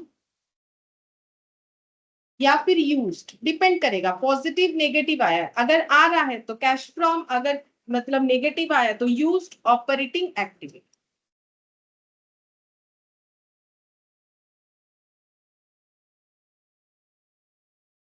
ये ऑपरेटिंग एक्टिविटी बन। इसके बाद हम लोग का इन्वेस्टिंग आएगा, इन्वेस्टिंग होगा, ठीक है, फाइनेंसिंग होगा। तो इन्वेस्टिंग फाइनेंसिंग में इतने सारे चीज नहीं होते, इसलिए हम नहीं लिख पा रहे। इन्वेस्टिंग में लाइन बाय लाइन लिख दोगे, कोई एसेट खरीदा, एसेट बेच दिया तो हो जाएगा, इसीलिए हम और स्ट्रक्चर नहीं लिख पा रहे, क्योंकि इसी में स्ट्रक्चर का ज्यादा जरूरत होता है, चाहे डायरेक्ट मेथड देख लो चाहे इनडायरेक्ट मेथड देख लो, ठीक है। अच्छा, अब हम लोग एक क्वेश्चन करते हैं, ठीक है। काफी देर से तुम लोग को लिखवा रहे हैं, ठीक है। चलो अब हम लोग एक क्वेश्चन करते हैं, तुम लोग आंसर देना क्या सही आंसर होगा, ठीक है। हम लोग को बताना क्या है, देखो हम लोग को यहाँ पर बताना है कि कौन सा क्या एक्टिविटी है, ठीक है। देखो क्या लिखा है, intelligent limited a non financial company. अच्छा, अब ये नॉन फाइनेंशियल कंपनी और फाइनेंशियल कंपनी में क्या फर्क हो जाएगा। देखो बैंक होता है फाइनेंशियल कंपनी, बैंक का काम ही है लोन देना। जैसे मान लो कि ए लिमिटेड एक कंपनी है जो कि एक नॉन फाइनेंशियल कंपनी है, उसने किसी को अगर लोन दिया है, ठीक है, मान लो उसने किसी को लोन दिया है, तो वो उसका क्या एक्टिविटी होगा, ऑपरेटिंग एक्टिविटी होगा, फाइनेंसिंग एक्टिविटी होगा कि इन्वेस्टिंग एक्टिविटी होगा। और मान लो कि ए लिमिटेड एक मतलब एक बैंक है, ठीक है, फाइनेंशियल कंपनी है, ठीक है, मतलब लोगों को पैसा देना, लोन देना, इस तरीके का काम करना ही इसका जो है मेन एक्टिविटी है। तो अगर ऐसी कंपनी किसी को लोन दे रही है तो वो उसका कौन से एक्टिविटी का पार्ट होगा। पहले ये समझने से हम लोग इस क्वेश्चन का आंसर आसानी से दे पाएंगे। अगर कोई नॉन फाइनेंशियल, जैसे तुम लोग बचपन में पढ़े होगे, देखो ऐसा बात बोला जाता है, जैसे हमारे लिए हमारा बिल्डिंग फिक्स्ड एसेट हो सकता है, लेकिन जो बिल्डर है, जो कंस्ट्रक्शन का काम करता है, उसके लिए उसका बिल्डिंग क्या फिक्स्ड एसेट होता है या फिर क्या होता है। या गाड़ी के शोरूम में जाके गाड़ी खरीदोगे, मेरे लिए गाड़ी फिक्स्ड एसेट है, मैंने गाड़ी खरीदा, लेकिन जो गाड़ी वाला गाड़ी बेच रहा है, क्या उसके लिए भी वो फिक्स्ड एसेट है या फिर क्या होगा, बताओ। अगर वो समझ में आता है तो ये भी समझ में आएगा। मैम अगर कोई गाड़ी वाला हमको गाड़ी बेच रहा है तो मेरे लिए वो इन्वेस्टमेंट हुआ और उसके लिए स्टॉक इन ट्रेड हुआ, क्योंकि उसका बिजनेस है वो। इन्वेस्टमेंट नहीं होगा, हमारे लिए फिक्स्ड एसेट होगा, उसके लिए स्टॉक होगा। और यस मैम। उसी तरीके से अगर कोई कंपनी का काम ही है लोन देना, अगर वो किसी को लोन दे रही है तो वो कौन सा एक्टिविटी होगा, इन्वेस्टिंग, फाइनेंसिंग या ऑपरेटिंग। ऑपरेटिंग ऑपरेटिंग एक्टिविटी हो। ऑपरेटिंग एक्टिविटी होगा, क्योंकि उसका मेन काम मतलब उसका बिजनेस का प्रॉफिट लॉस डिपेंड ही करता है इस बातों पे। जैसे बैंक लॉस में चल रहा है कि बैंक प्रॉफिटेबल है, वो तो डिपेंड करता है बैंक का जो कोर बिजनेस है। बैंक का कोर बिजनेस क्या है, लोन देना, ठीक है, डिपॉजिट्स लेना, फिक्स डिपॉजिट करवाना, ठीक है, इस तरीके का काम। मेनली तो लोन से ही बैंक का सबसे ज्यादा अर्निंग होता है, ठीक है। तो ये उसका ऑपरेटिंग एक्टिविटी। लेकिन ऐसा कोई कंपनी है जो जिसका काम लोन देना नहीं है, मान लो ये जो ए लिमिटेड है, इसका मान लो स्टील का फैक्ट्री है, ठीक है। अब इन्होंने किसी को लोन दिया है, ठीक है, किसी पर्पज से लोन दिया है, किसी ने लोन मांगा था, लोन दिया है, तो अब ये कौन से एक्टिविटी के अंदर आएगा, ऑपरेटिंग, फाइनेंसिंग या इन्वेस्टिंग। मैम ये फिर फाइनेंसिंग होगा। फाइनेंसिंग मतलब अपना पैसा जुगाड़ करना होता है। तो मैम इन्वेस्टिंग होगा, क्योंकि वो investment loans and advances invest किया है किसी कंपनी में। लोन दिया है मतलब उसने जो है इन्वेस्टमेंट किया, क्योंकि इससे उसको इंटरेस्ट रिसीव होने वाला है। फाइनेंसिंग एक्टिविटी मतलब जब अपना कैपिटल स्ट्रक्चर इंपैक्टफुल होता है। देखो अभी मैंने लिखवाया है, अगर लोन देते हैं तो अपना कैपिटल स्ट्रक्चर नहीं चेंज होगा। कैपिटल स्ट्रक्चर मतलब लाइबिलिटी साइड, हाँ कैश का आउटफ्लो होगा लेकिन थोड़ी ना अपना कैपिटल स्ट्रक्चर इंपैक्टफुल होगा, ठीक है। तो यहाँ पर देखो जो कंपनी है वो एक नॉन फाइनेंशियल कंपनी है, और यहाँ पर बोला है has the following entries in the bank account, it has sort out, it has sort your advice यहाँ पर on the treatment of the same for. अच्छा ठीक है, तो हमें एडवाइस देना है कि कैश फ्लो स्टेटमेंट में ये सारे एक्टिविटीज को हमें क्या बताना चाहिए, ठीक है। जैसे सबसे पहले बोला है loan and advances given to the following and interest earn on them. तो तुम लोग बताओ, हम साइड साइड में लिख देते हैं, तुम लोग एक बार अपने कॉपी में ये हम पीडीएफ जो है शेयर कर देंगे, 1-1 लिख के इसका लिख लेना आंसर, हम यहाँ लिख देते हैं। हम लोग को सिर्फ बताना है कि कौन सा एक्टिविटी है, ठीक है। जैसे पहले बोला है लोन एंड एडवांसेस, हम लोगों ने लोन या एडवांस दिया है, किसने? ये इंटेलिजेंट लिमिटेड कंपनी ने दिया है जो कि एक नॉन फाइनेंशियल कंपनी है, और लोन एडवांस देने के बाद इंटरेस्ट भी कमाया है, ठीक है। पहला लोन एडवांस दिया था सप्लायर को, दूसरा दिया है इंप्लॉय को, और उसके बाद दिया अपने सब्सिडियरी कंपनी को। तो अगर कोई अपने सप्लायर को लोन्स एंड एडवांस देता है लेकिन वो एक नॉन फाइनेंशियल कंपनी है, तो ऐसे एक्टिविटी को कौन सा एक्टिविटी बोला जाएगा?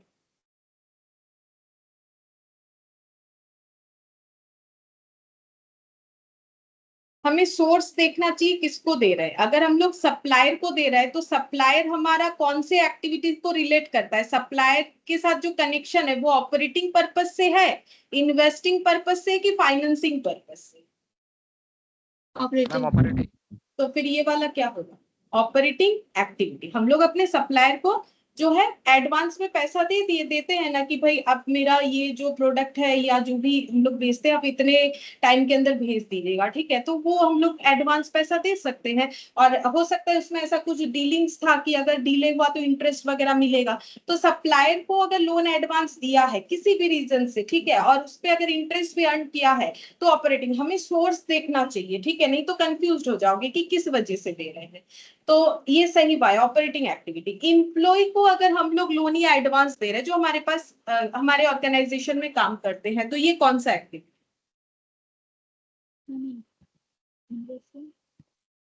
इंप्लॉय का सोर्स सोचो, इंप्लॉय क्यों हमारे पास है, कौन से एक्टिविटी से रिलेटेड होते हैं?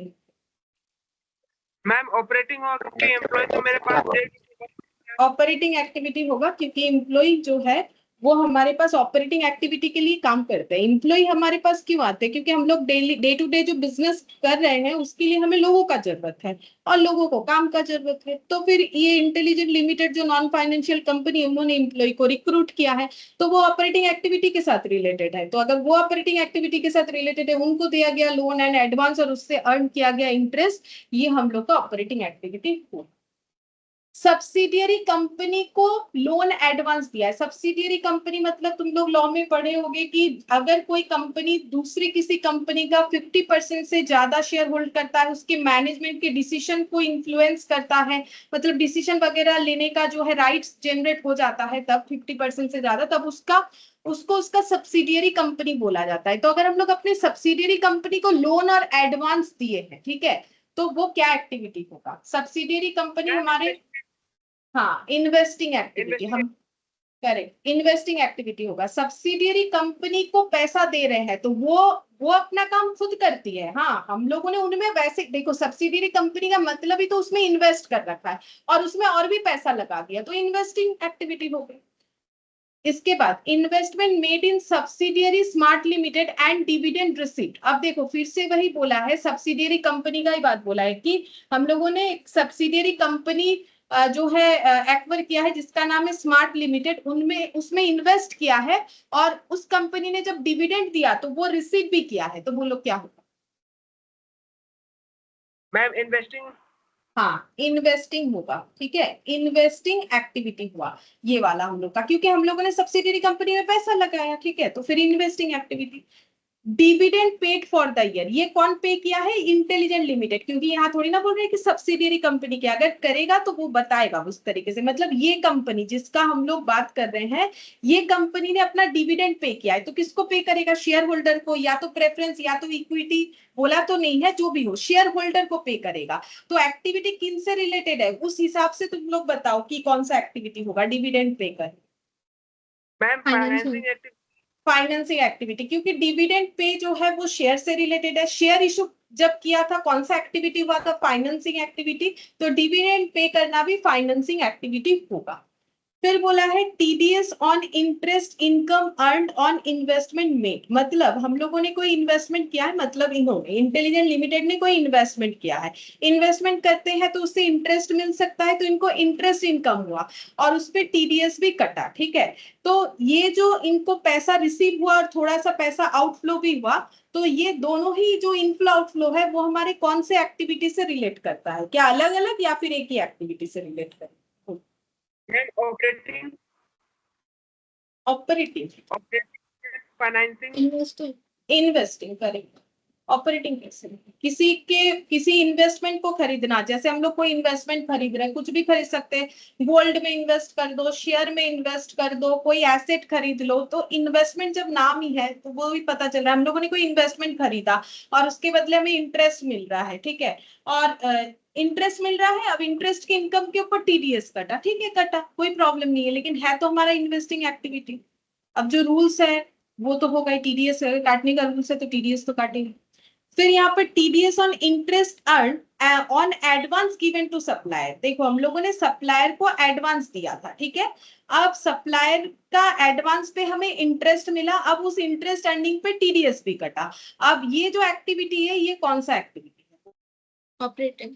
ऑपरेटिंग, बिकॉज ये जो, हाँ ऑपरेटिंग, क्योंकि ये जो सप्लायर जो है वो ऑपरेटिंग एक्टिविटी से रिलेटेड है, तो सप्लायर को अगर दे रहे हैं तो ऑपरेटिंग एक्टिविटी से रिलेटेड है। जैसे कि डिविडेंड देखो फाइनेंसिंग एक्टिविटी इसीलिए हुआ क्योंकि वो शेयर रिलेटेड।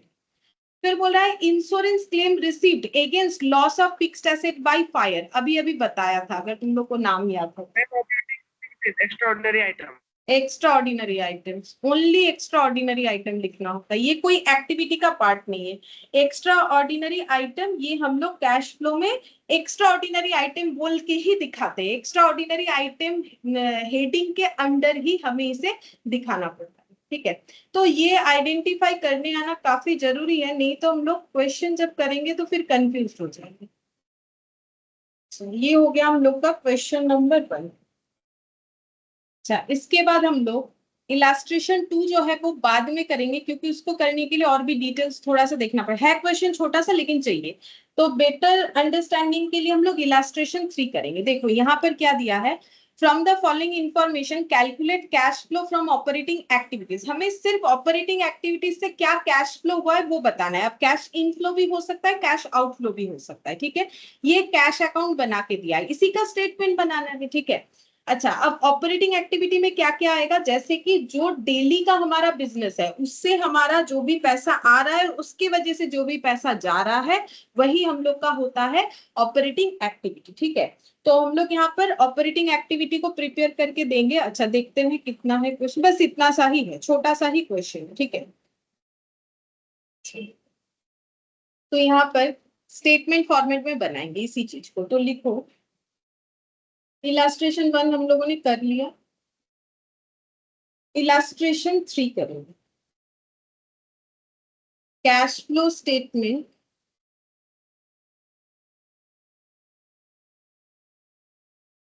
ऑफ, जो भी ऑर्गेनाइजेशन का नाम होगा वो दे देंगे, for the year ended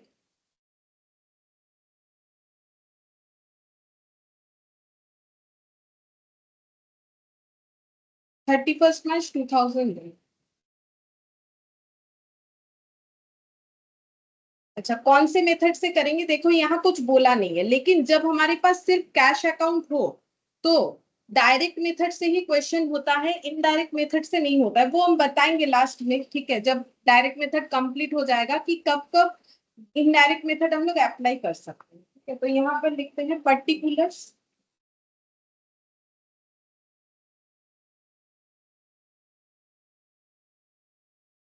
rupees rupees, यहाँ पर लिखेंगे ऑपरेटिंग एक्टिविटी।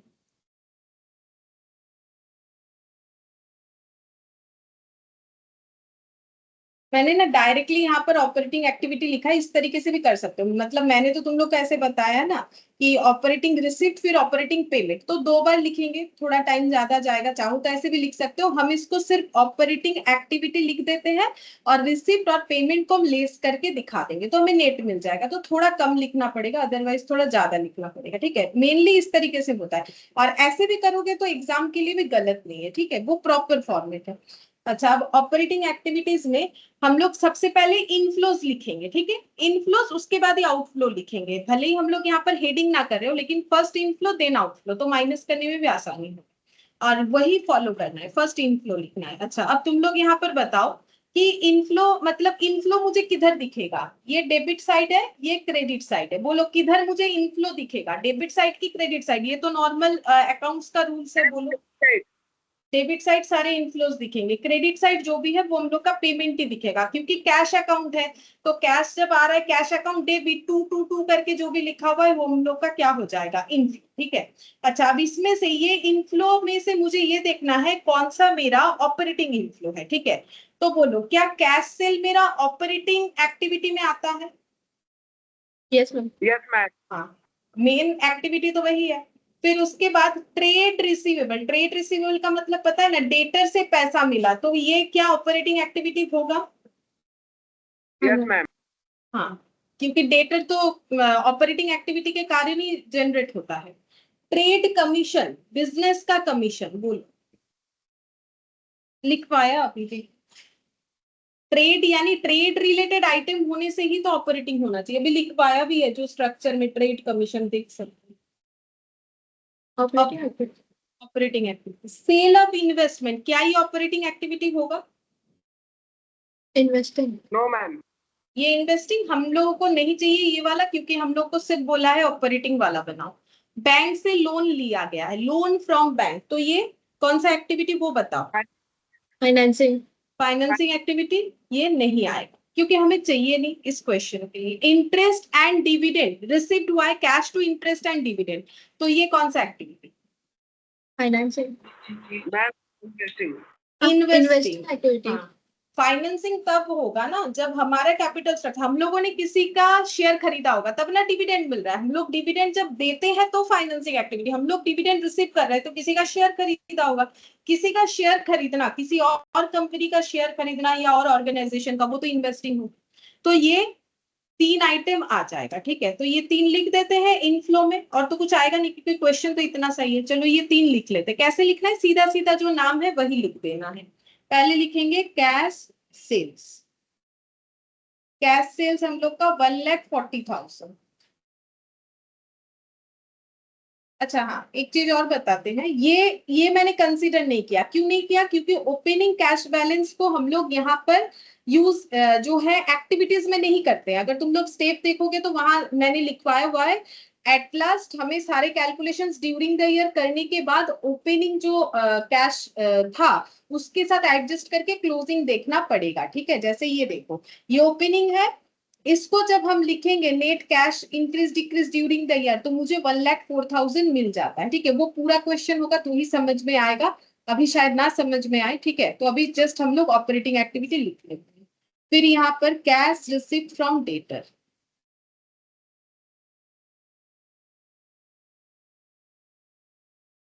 डेटर से कैश रिसिप्ट हुआ है 1,75,000। ट्रेड कमीशन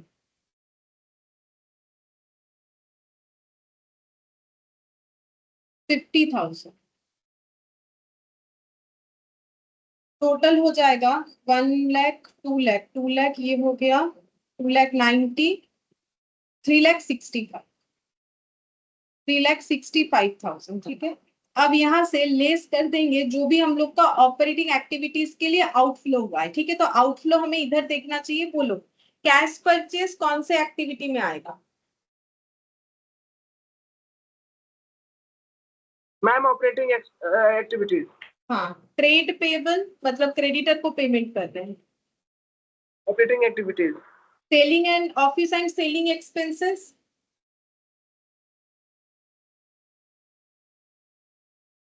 सारे ऑपरेटिंग एक्टिविटी में आते हैं। सिर्फ अगर कोई एसेट Operating खरीद रहा है, हाँ खरीद रहा है बेच रहा है तो इन्वेस्टिंग, और कैपिटल स्ट्रक्चर इंपैक्टफुल हो रहा है तो फाइनेंसिंग।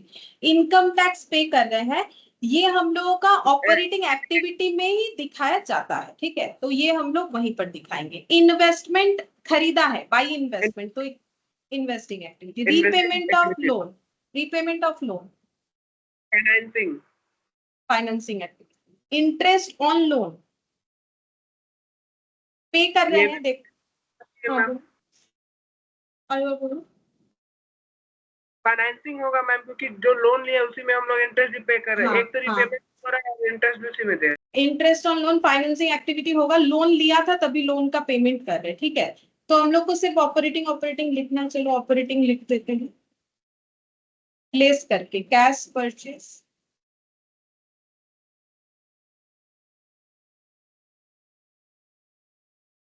कैश परचेस हो जाएगा 1,20,000। हाँ 1,20,000।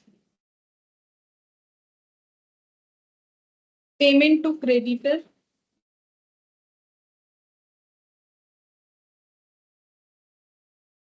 Payment to creditor 1,57,000। Office and selling expenses,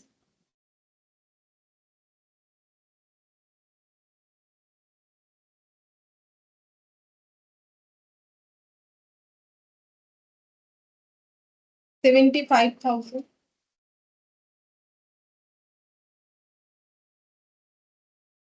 payment for income tax, IT लिख दिया मैंने, 30,000। देखते हैं कितना आता है। 1,20,000, 1,57,000, 38,200। 38,200 नेगेटिव में आ रहा है, और ये लेस मैम करने के बाद 3,65,000 माइनस 32,800। मैम हाँ 3,82,000 आया है, 3,82,000। अच्छा, और एक जीरो, ठीक है, तो नेगेटिव में आ जाएगा। 3,65,000 माइनस 3,82,000, हाँ 17,000 नेगेटिव आ जाएगा। तो नेगेटिव आ गया तो इसको हमें क्या लिखना है, इसको हमें लिखना है net cash flow, net cash used, इसको यूज्ड लिखते हैं, यूज्ड इन ऑपरेटिंग एक्टिविटी।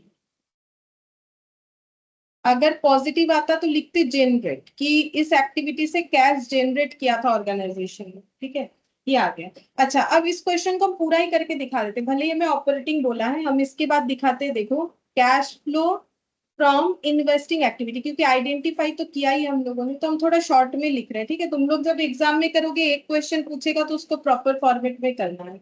क्या अब इन्वेस्टिंग में देखो, सेल ऑफ इन्वेस्टमेंट, ये लिख देते हैं, सेल ऑफ इन्वेस्टमेंट, तो ये तो हमारा इनफ्लो है। इन्वेस्टमेंट बेचेंगे तो पैसा आएगा, तो ये पॉजिटिव रहेगा 30,000। अच्छा, और इन्वेस्टमेंट रिलेटेड क्या था, इंटरेस्ट एंड डिविडेंड रिसिप्ट, ये भी इन्वेस्टमेंट रिलेटेड था, इंटरेस्ट एंड डिविडेंड रिसिप्ट, तो ये हम लोग का हो गया 1,000, ये भी पॉजिटिव होगा। अच्छा, इसके बाद इधर देखो, यहाँ पर इन्वेस्टमेंट परचेज 25,000, ये नेगेटिव में दिखाएंगे। इन्वेस्टमेंट परचेज नेगेटिव में 25,000, क्योंकि इसके लिए पैसा गया, बस इतना ही था और नहीं था। तो 31,000 माइनस 25,000, तो ये हो गया 6,000। 6,000 पॉजिटिव आंसर आ रहा है, तो इसके जस्ट नीचे लिखना है, यहाँ पर 6,000 पॉजिटिव आ रहा है। पॉजिटिव आने से इसे लिखना पड़ेगा cash generate from investing activity, ये लिखना पड़ेगा, cash generate from investing activity, थोड़ा सा नीचे लिख रहा है इसको 6,000, ठीक है। अच्छा, अब इसके बाद फाइनेंसिंग वाला लिखेंगे, तो उसमें सबसे पहले लिखेंगे cash flow from financing activity, ये लिखना पड़ेगा। उसके नीचे फाइनेंसिंग एक्टिविटीज को दिखाएंगे, जैसे कि पहला है इधर, loan from bank 1 lakh, loan from bank, अगर लोन लिया तो कैश का इनफ्लो हुआ तो ये पॉजिटिव दिखेगा। फिर देखते हैं और क्या है, इधर तो कुछ नहीं है, इधर देखो यहाँ पर रीपेमेंट ऑफ लोन और interest on loan, repayment of loan, repayment of loan, तो ये 10,000, नहीं 75,000, और interest on loan, interest on loan ये 10,000 था, ठीक है। तो माइनस करने के बाद 1 लाख और ये 85,000, ये हम लोग का आ रहा है 15,000 पॉजिटिव, ठीक है। इसको हम लोग बोलेंगे नेट, नेट में इसको बोलेंगे कैश जनरेट फ्रॉम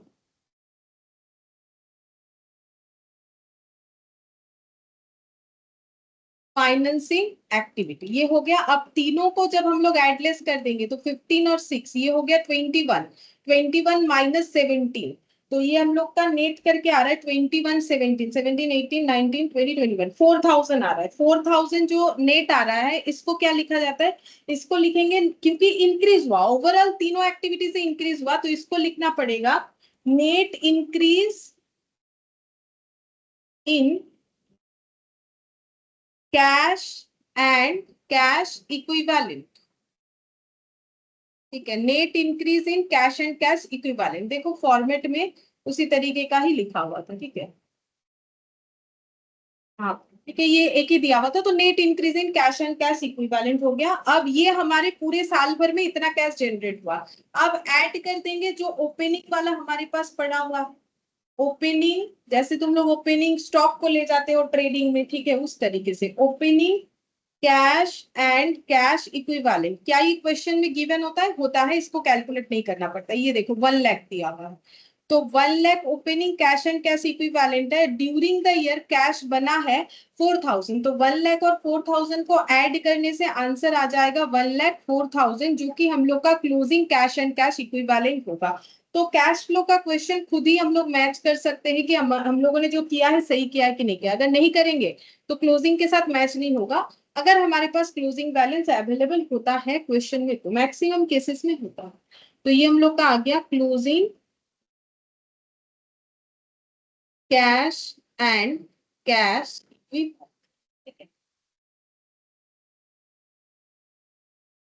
इस तरीके से होगा। ये हम लोग का हो गया क्वेश्चन नंबर 3। क्वेश्चन नंबर 4 देखो, बोला है following summary cash account has been extracted from the company's accounting record, ठीक है। तो ये कैश अकाउंट का एक समरी है जो कि कंपनी के रिकॉर्ड से एक्सट्रैक्ट किया गया है। बैलेंस बोला है 1 मार्च 2001, ओपनिंग 35,000, ये देखो ऊपर 00 है। रिसीट फ्रॉम कस्टमर, तो ये हम लोग का क्या होता है, operating activity. Issue of shares, ये कौन सा एक्टिविटी है, फाइनेंसिंग मैम। फाइनेंसिंग एक्टिविटी है, ठीक है। शेयर इशू करना फाइनेंसिंग, शेयर इशू करोगे तो कैपिटल स्ट्रक्चर में शेयर कैपिटल दिखेगा। सेल ऑफ फिक्स्ड एसेट कौन सा एक्टिविटी है, Investing. इन्वेस्ट, हाँ। Payment to supplier operating, payment for property plant and equipment, ये क्या हो, Investing. इन्वेस्टिंग, क्योंकि आप प्लांट एंड इक्विपमेंट एक्वायर कर रहे हैं। पेमेंट फॉर ओवरहेड, ये operating ma'am. Operating. Operating activity. Overhead मतलब जो डायरेक्ट एक्सपेंस नहीं है, जैसे कि हम लोग जो पीएल में लिखते हैं। फिर wages and salary operating, taxation operating, dividend, dividend ये वाला क्या हो, Financing. हाँ डिविडेंड पेड है ये financing. Repayment of bank loan, Investing. Repayment of bank loan Ah, financing ma'am activity. Financing. Financing होगा। बैलेंस ये दिखेगा, ठीक है। ये closing, prepare cash flow statement of this company hill limited for the year ended 31 March in accordance with AS3, जो कि अभी हम लोगों ने सीखा कि AS3 में क्या क्या होता है। Company do not have any cash equivalent, इनके पास कोई कैश इक्विवेलेंट नहीं है तो नहीं है, कोई फर्क नहीं पड़ता। कैश इक्विवेलेंट नहीं है, हम लोग को पूरा कैश फ्लो स्टेटमेंट बना के देना है, ठीक है। चलो illustration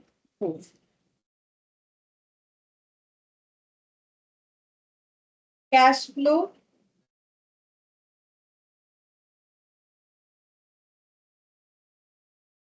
statement for the year ended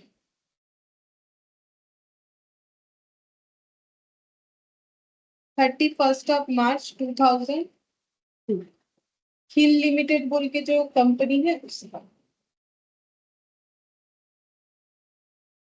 particulars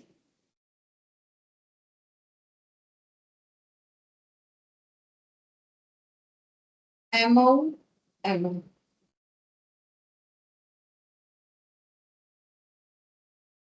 cash flow from operating activity cash flow from operating activities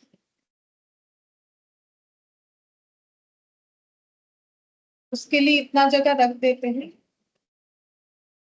cash flow from investing activity cash flow from सबसे ज्यादा जगह ऑपरेटिंग में ही लगता है इन्वेस्टिंग फाइनेंसिंग में कम लगता है बाकी डेटा के ऊपर डिपेंड करता है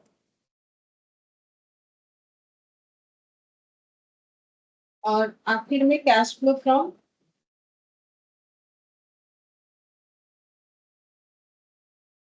फाइनेंसिंग एक्टिविटी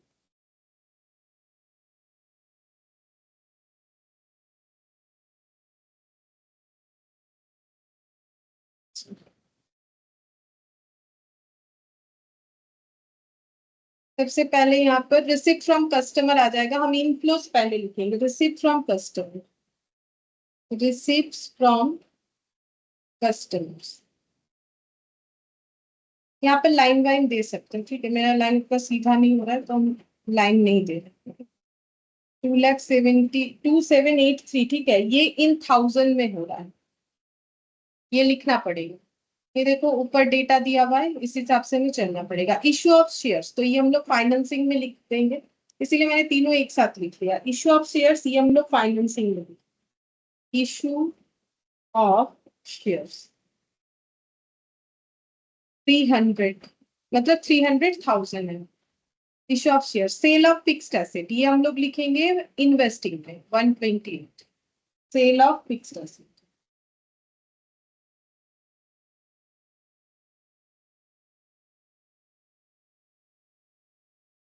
वन 128 ओके ये सारा लिख लिया हम लोगों ने पेमेंट टू सप्लायर फिर से ऑपरेटिंग में पेमेंट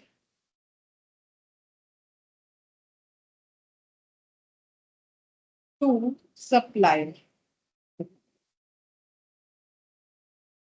नेगेटिव में आएगा 2047 payment to supplier payment for property plant and equipment investing में जाएगा 230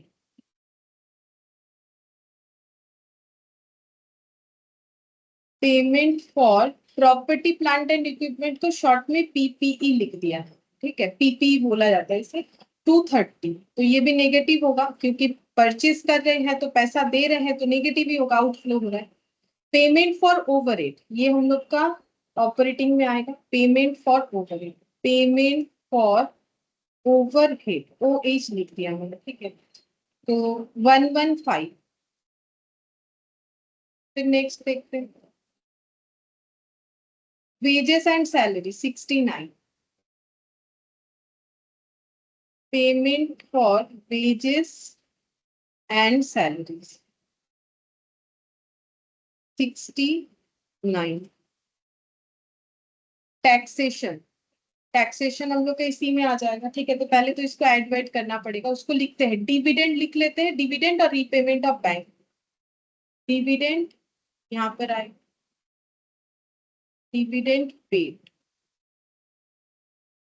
पेड नेगेटिव में दिखेगा 80 और रीपेमेंट ऑफ लोन भी यहाँ पर repayment of loan repayment of loan ये हम लोग का हो गया 250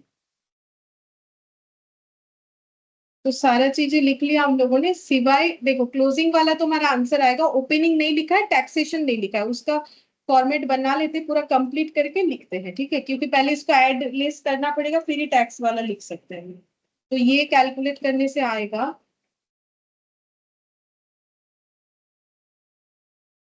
278 3 minus 2047 minus 115 552 पॉजिटिव आ रहा है 552। ठीक है, तो इसको हम लोग लिखेंगे cash generate from operation, cash generate from operation ऐसे भी लिखा जाता है। ठीक है, ये थोड़ा सा हम और भी बेटर तरीके से लिख देते हैं, उसको तो मैंने काफी कम लिखा है। ठीक है, फिर इसके नीचे लिखो इनकम टैक्स पेड। ठीक, इसके नीचे आता है इनकम टैक्स पेड, जो था हम लोग का 243। देख रहे हाँ 243। अब इसको लेस करने से यहाँ पर आ जाएगा, कितना आ रहा है उसको हमें लिखना है, पॉजिटिव आएगा, लिखना पड़ेगा नेट कैश generated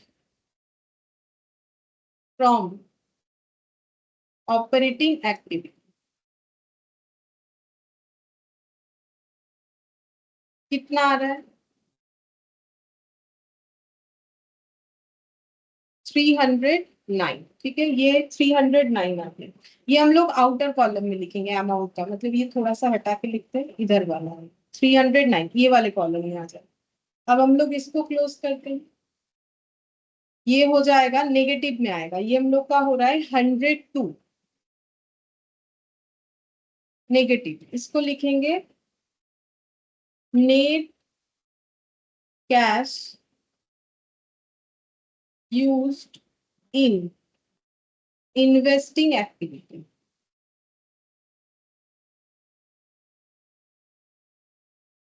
और इसके बाद ये वाला, तो 300 माइनस 250, 50 पॉजिटिव और नेगेटिव 80, मतलब negative 30। Net cash used in financing activity.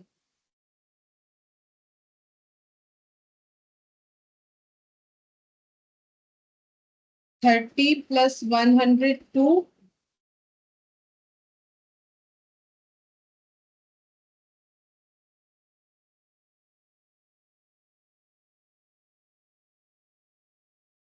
और 309, मतलब पॉजिटिव ही आएगा, 177 आ रहा है पॉजिटिव। ठीक है, या मेरा ज्यादा जगह रखना होगी, ठीक है कोई बात नहीं। यहाँ पर ये कंप्लीट करके आ रहा है 177 पॉजिटिव। इसको हम लोग बोलेंगे net increase in cash and cash equivalent. इसका कैश इक्विवेलेंट नहीं था तो मैंने सिर्फ कैश लिख दिया, प्लस कर देते, बोला था क्वेश्चन में कि इनका कोई कैश इक्विवेलेंट नहीं। ओपनिंग कैश, ओपनिंग कैश हमारा यहाँ पर 35, 35, तो ये ऐड करने से आ जाएगा 212। ठीक है, ये हम लोग का क्लोजिंग के साथ मैच हुआ कि नहीं? हाँ मैच हो गया है, तो हम लोग लिखेंगे क्लोजिंग कैश बैलेंस। अगर कैश इक्विवेलेंट होता तो वो भी लिख देते। ठीक है, ये इस तरीके से बनना चाहिए। अच्छा, और एक हो जाएगा इलास्ट्रेशन 5। ठीक है, इसमें क्या प्रिपेयर करने बोला है, कैश फ्लो स्टेटमेंट बनाने के लिए बोला है। लगभग 15 एक्टिविटीज है। ठीक है, जिसमें लास्ट का दो तो कैश एंड कैश इक्विवेलेंट है, हमें सारे एक्टिविटीज को देख के लिखना पड़ेगा। तो अभी हम पहले स्ट्रक्चर बना लेते, फिर तुम लोगों से पूछ पूछ के लिख देंगे। ठीक है, जहां पर जो जाएगा। तो पहले स्ट्रक्चर बना लेते हैं, इलास्ट्रेशन 5। मेसर्स, देखो नाम है MNT, MNT limited. Cash flow statement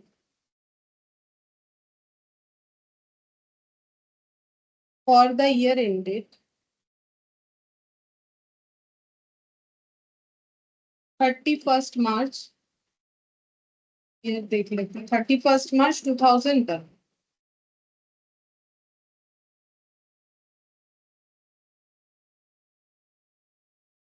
particular amount का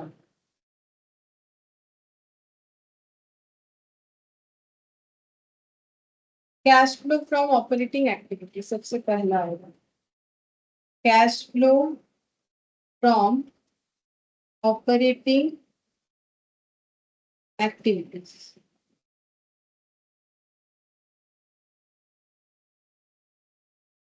इसके लिए लगभग इतना जगह रख देते हैं, यहाँ पर लिखते हैं कैश फ्लो फ्रॉम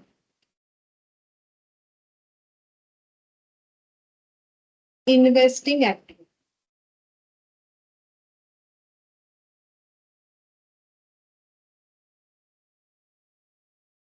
और इधर बना लेते हैं cash flow from financing activity.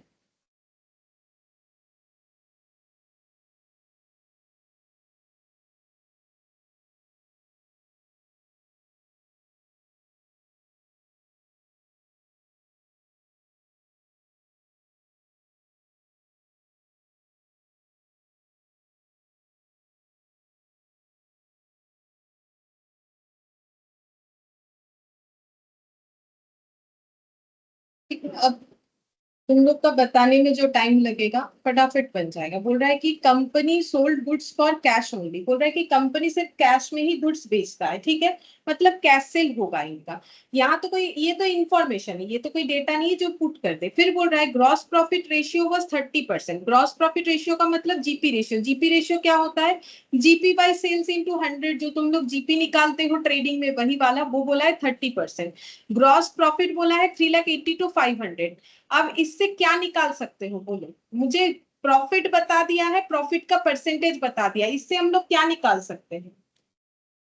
Sales निकाल सकते हैं मैम, 12,75,000। 12,75,000 सेल्स होगा। हाँ, इससे हम लोग सेल्स निकाल सकते हैं, क्योंकि this amount is equivalent to 30%, क्योंकि मेरा जीपी रेशियो 30% है और जीपी अमाउंट 3,82,500 है। जीपी रेशियो 30% का मतलब 30/100, 30 जो है वो प्रॉफिट है। प्रॉफिट ऑन सेल जो कैलकुलेट होता है वही जीपी रेशियो होता है, इसको हम लोग बोलेंगे सेल्स। तो 100% निकालोगे तो सेल्स पता चल जाएगा। तो यूनिटरी मेथड करोगे, 3,80,000 to 500 डिवाइडेड बाई 30%, 1% का वैल्यू कितना इंटू 100% करने से सेल पता चल जाएगा। क्योंकि सारा कैश सेल है तो हम लोग इसको कौन सी एक्टिविटी में लिखेंगे बोलो? कैश इनफ्लो तो हुआ, कौन सी एक्टिविटी में लिखे? बोलो कौन सी एक्टिविटी में लिखे? Operating activity ma'am. Operating activity, cash sales 3,82,500 divided by 30% into 100% करने से कैश सेल पता चल जाएगा।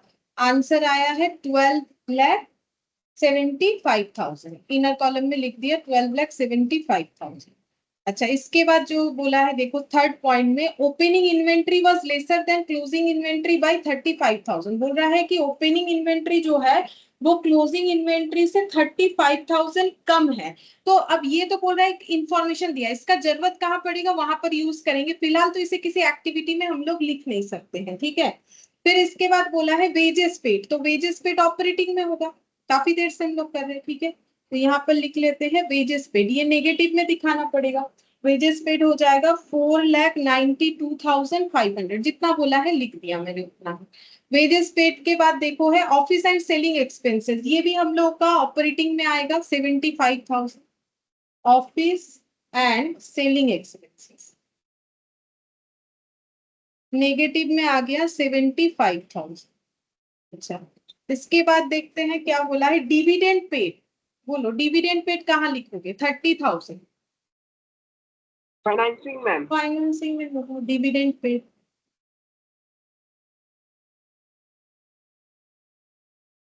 30,000 नेगेटिव आएगा क्योंकि कैश आउटफ्लो हो रहा है। अच्छा, नेक्स्ट देखते हैं। इसके बाद डिविडेंड पेड के बाद है bank loan repaid 2,15,000 included interest 15,000। तो बैंक लोन रीपेड कहाँ लिखोगे बोलो?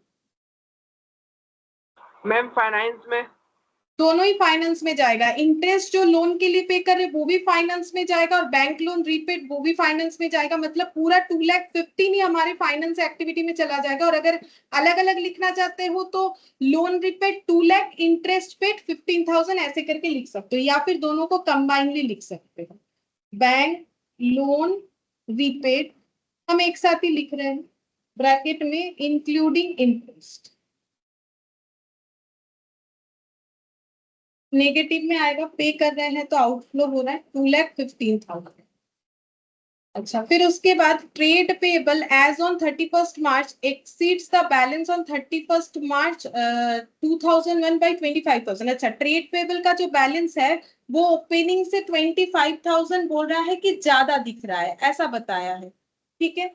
और उसके बाद amount paid to trade payable, तो हमें तो अमाउंट पेड वाला ही चाहिए, ठीक है। तो क्लोजिंग ओपनिंग कम ज्यादा दिख रहा है, दिखने दो, हमें तो पेमेंट वाला चाहिए कि ट्रेड पेबल कितना है। ट्रेड पेबल यहाँ पर आ जाए, ट्रेड पेबल, ट्रेड पेबल हम लोग का हो, या फिर पेमेंट टू क्रेडिटर 4,60,000 बता दिया। अगर नहीं बताता तो उस अमाउंट को यूज करके अकाउंट बना के में निकालना पड़ता। टैक्स पे बोला है 65,000, प्रोविजन फॉर टैक्सेशन बोला है 45,000। तो हमें हमेशा कैश देखना है, तो प्रोविजंस जितना भी बनाए, हम लोगों ने प्रोविजन बनाया था 45, लेकिन पेमेंट तो 65 किया है, तो फिर 65,000 ही हमें दिखाना पड़ेगा, ठीक है, क्योंकि हम लोग तो कैश फ्लो स्टेटमेंट बना रहे। प्रोविजंस जो है वो प्रॉफिट से लेके बनाया जाता है, वो पेड अमाउंट हुआ ऐसा जरूरी नहीं है। प्रोविजंस तो जो है फ्यूचर में होने वाले लाइबिलिटी को पे करने के लिए एस्टिमेटेड अमाउंट होता है, एक्चुअल तो डिफर कर सकता है, जो कि किया भी है 65,000, ठीक है। तो ये इसमें ये सब के बाद मुझे नहीं लगता है कुछ आने वाला है। इसके बाद आ जाएगा हम लोग का टैक्स पे, यहाँ पर लिख देते ऐसे करके, छोटा छोटा करके लिख देते हैं tax paid.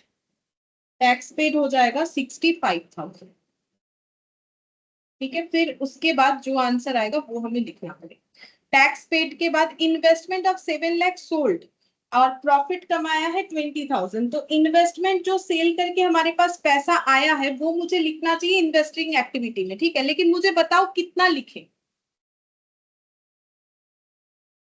Cell of investment कितना लिखे बोलो। 7,20,000। सेल ऑफ इन्वेस्टमेंट हम लोग का हो जाएगा 7,20,000, ठीक है। मतलब हम लोगों ने 7,20,000 कमाया, तो कितने का इन्वेस्टमेंट बेचा होगा? 7 लाख का, तभी तो 20,000 का प्रॉफिट है। Bank account debit 7,20,000 to investment 7 lakh to PL 20,000, तभी तो 7,20,000 में बेचा, तभी तो 20,000 प्रॉफिट कमाया होगा। डेप्रिसिएशन बोला है फिक्स्ड एसेट पे 85,000, क्या ये हमारा कहीं पर आना चाहिए? बताओ, क्या डेप्रिसिएशन कहीं पर आना चाहिए? ऑपरेटिंग एक्टिविटीज में आएगा डिप्रिसिएशन? नहीं, ये कैश फ्लो में कहीं पर भी नहीं आता है, बिकॉज डेप्रिसिएशन हमारा ऑपरेटिंग एक्टिविटी से रिलेट करता जरूर है, लेकिन ये कोई कैश आइटम नहीं है, ये नॉन कैश आइटम होता है, ये हमें किसी को पे नहीं करना पड़ता है। डेप्रिसिएशन चार्ज किया इसीलिए जाता है ताकि financial statement true and fair view दिखाए। रूल्स है, AS10 बोल रखा है कि आप अगर फिक्स एसेट यूज करते हो तो उसका डिप्रिसिएशन दिखाओ। इनकम टैक्स में भी जरूरी होता है, बिना डिप्रिसिएशन दिखाए टैक्स ज्यादा देना पड़ेगा, प्रॉफिट ज्यादा दिखेगा, तो डिप्रिसिएशन दिखाना जरूरी होता है। नॉन कैश है, कैश फ्लो में ये कभी कहीं नहीं आएगा, ठीक है। वैसे ऑपरेटिंग आइटम के आइटम से रिलेटेड है, लेकिन यहाँ नहीं आएगा। फिर प्लांट मशीनरी परचेस, तो ये हम लोग दिखाएंगे investing activity. Plant and machinery purchase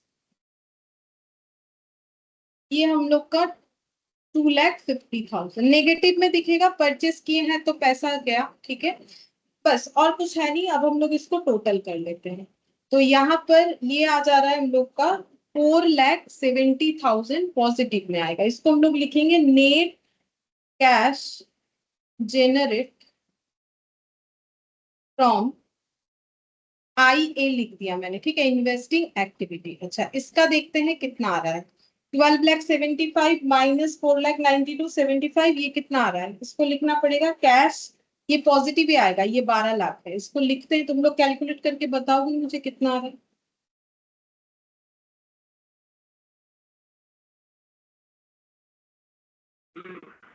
ma'am 2,47,500 आ रहा है उसमें से फिर 1,47,500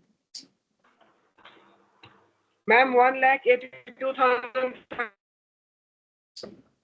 1,82,500 आ रहा है, ठीक है। तो ये इसको लिखना चाहिए cash generate from operations before tax, ठीक है। फिर टैक्स पे, फिर यहाँ पर लिखेंगे net cash generated from operating activities, ये हो गया। अच्छा, अब फाइनेंसिंग को क्लोज कर लेते हैं। इसमें ये दोनों ही था, तो ये कैलकुलेट होके हम लोग का आ रहा है 2,45,000 नेगेटिव आ रहा है, तो ये नेट कैश यूज हो।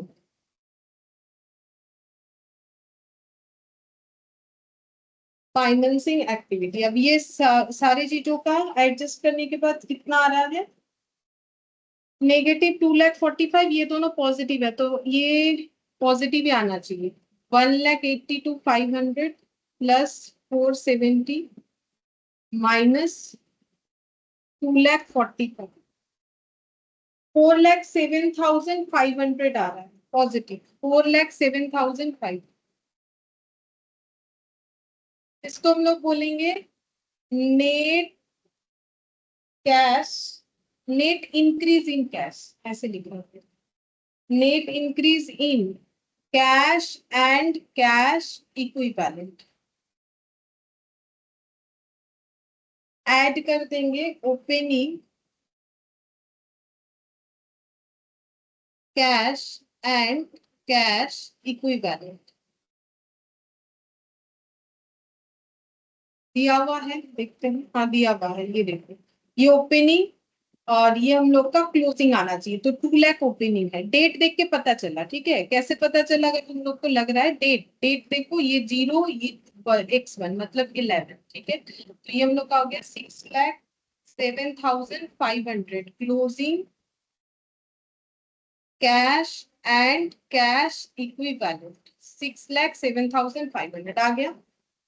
तो देखो सारे इंफॉर्मेशन हम लोगों ने यूज किया, ये तो आता ही नहीं है कैश फ्लो में, इसीलिए नहीं किया, ये यूज किया टैक्स पे, ये प्रोविजंस था तो ये नहीं आता है, जो एक्चुअली पे इनफ्लो आउटफ्लो है वही दिखाना है, कैश अकाउंट की तरह सोचो ना, जो पेमेंट होगा या रिसीप्ट होगा वही दिखाना पड़ता है।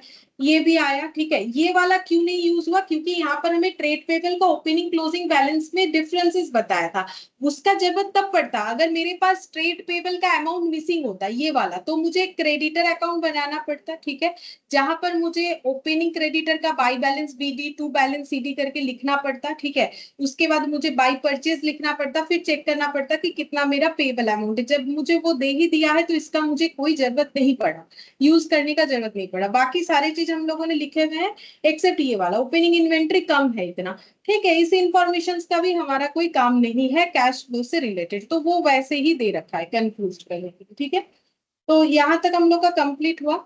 अब इसके बाद पीडीएफ में जो है वो इनडायरेक्ट मेथड से, लेकिन एक क्वेश्चन डायरेक्ट मेथड से जो तुम लोग कर सकते हो, मुझे जितना याद आ रहा है, ये देखो एक बार चेक करके तो समझ जाओगे, इलास्ट्रेशन 9 जो है और 10, ये दोनों हम लोग का डायरेक्ट मेथड से, इलास्ट्रेशन 9 और 10 ये दो तुम लोग होमवर्क करके देख सकते हो, ठीक है, फिर आज हम लोग इतना ही करते हैं।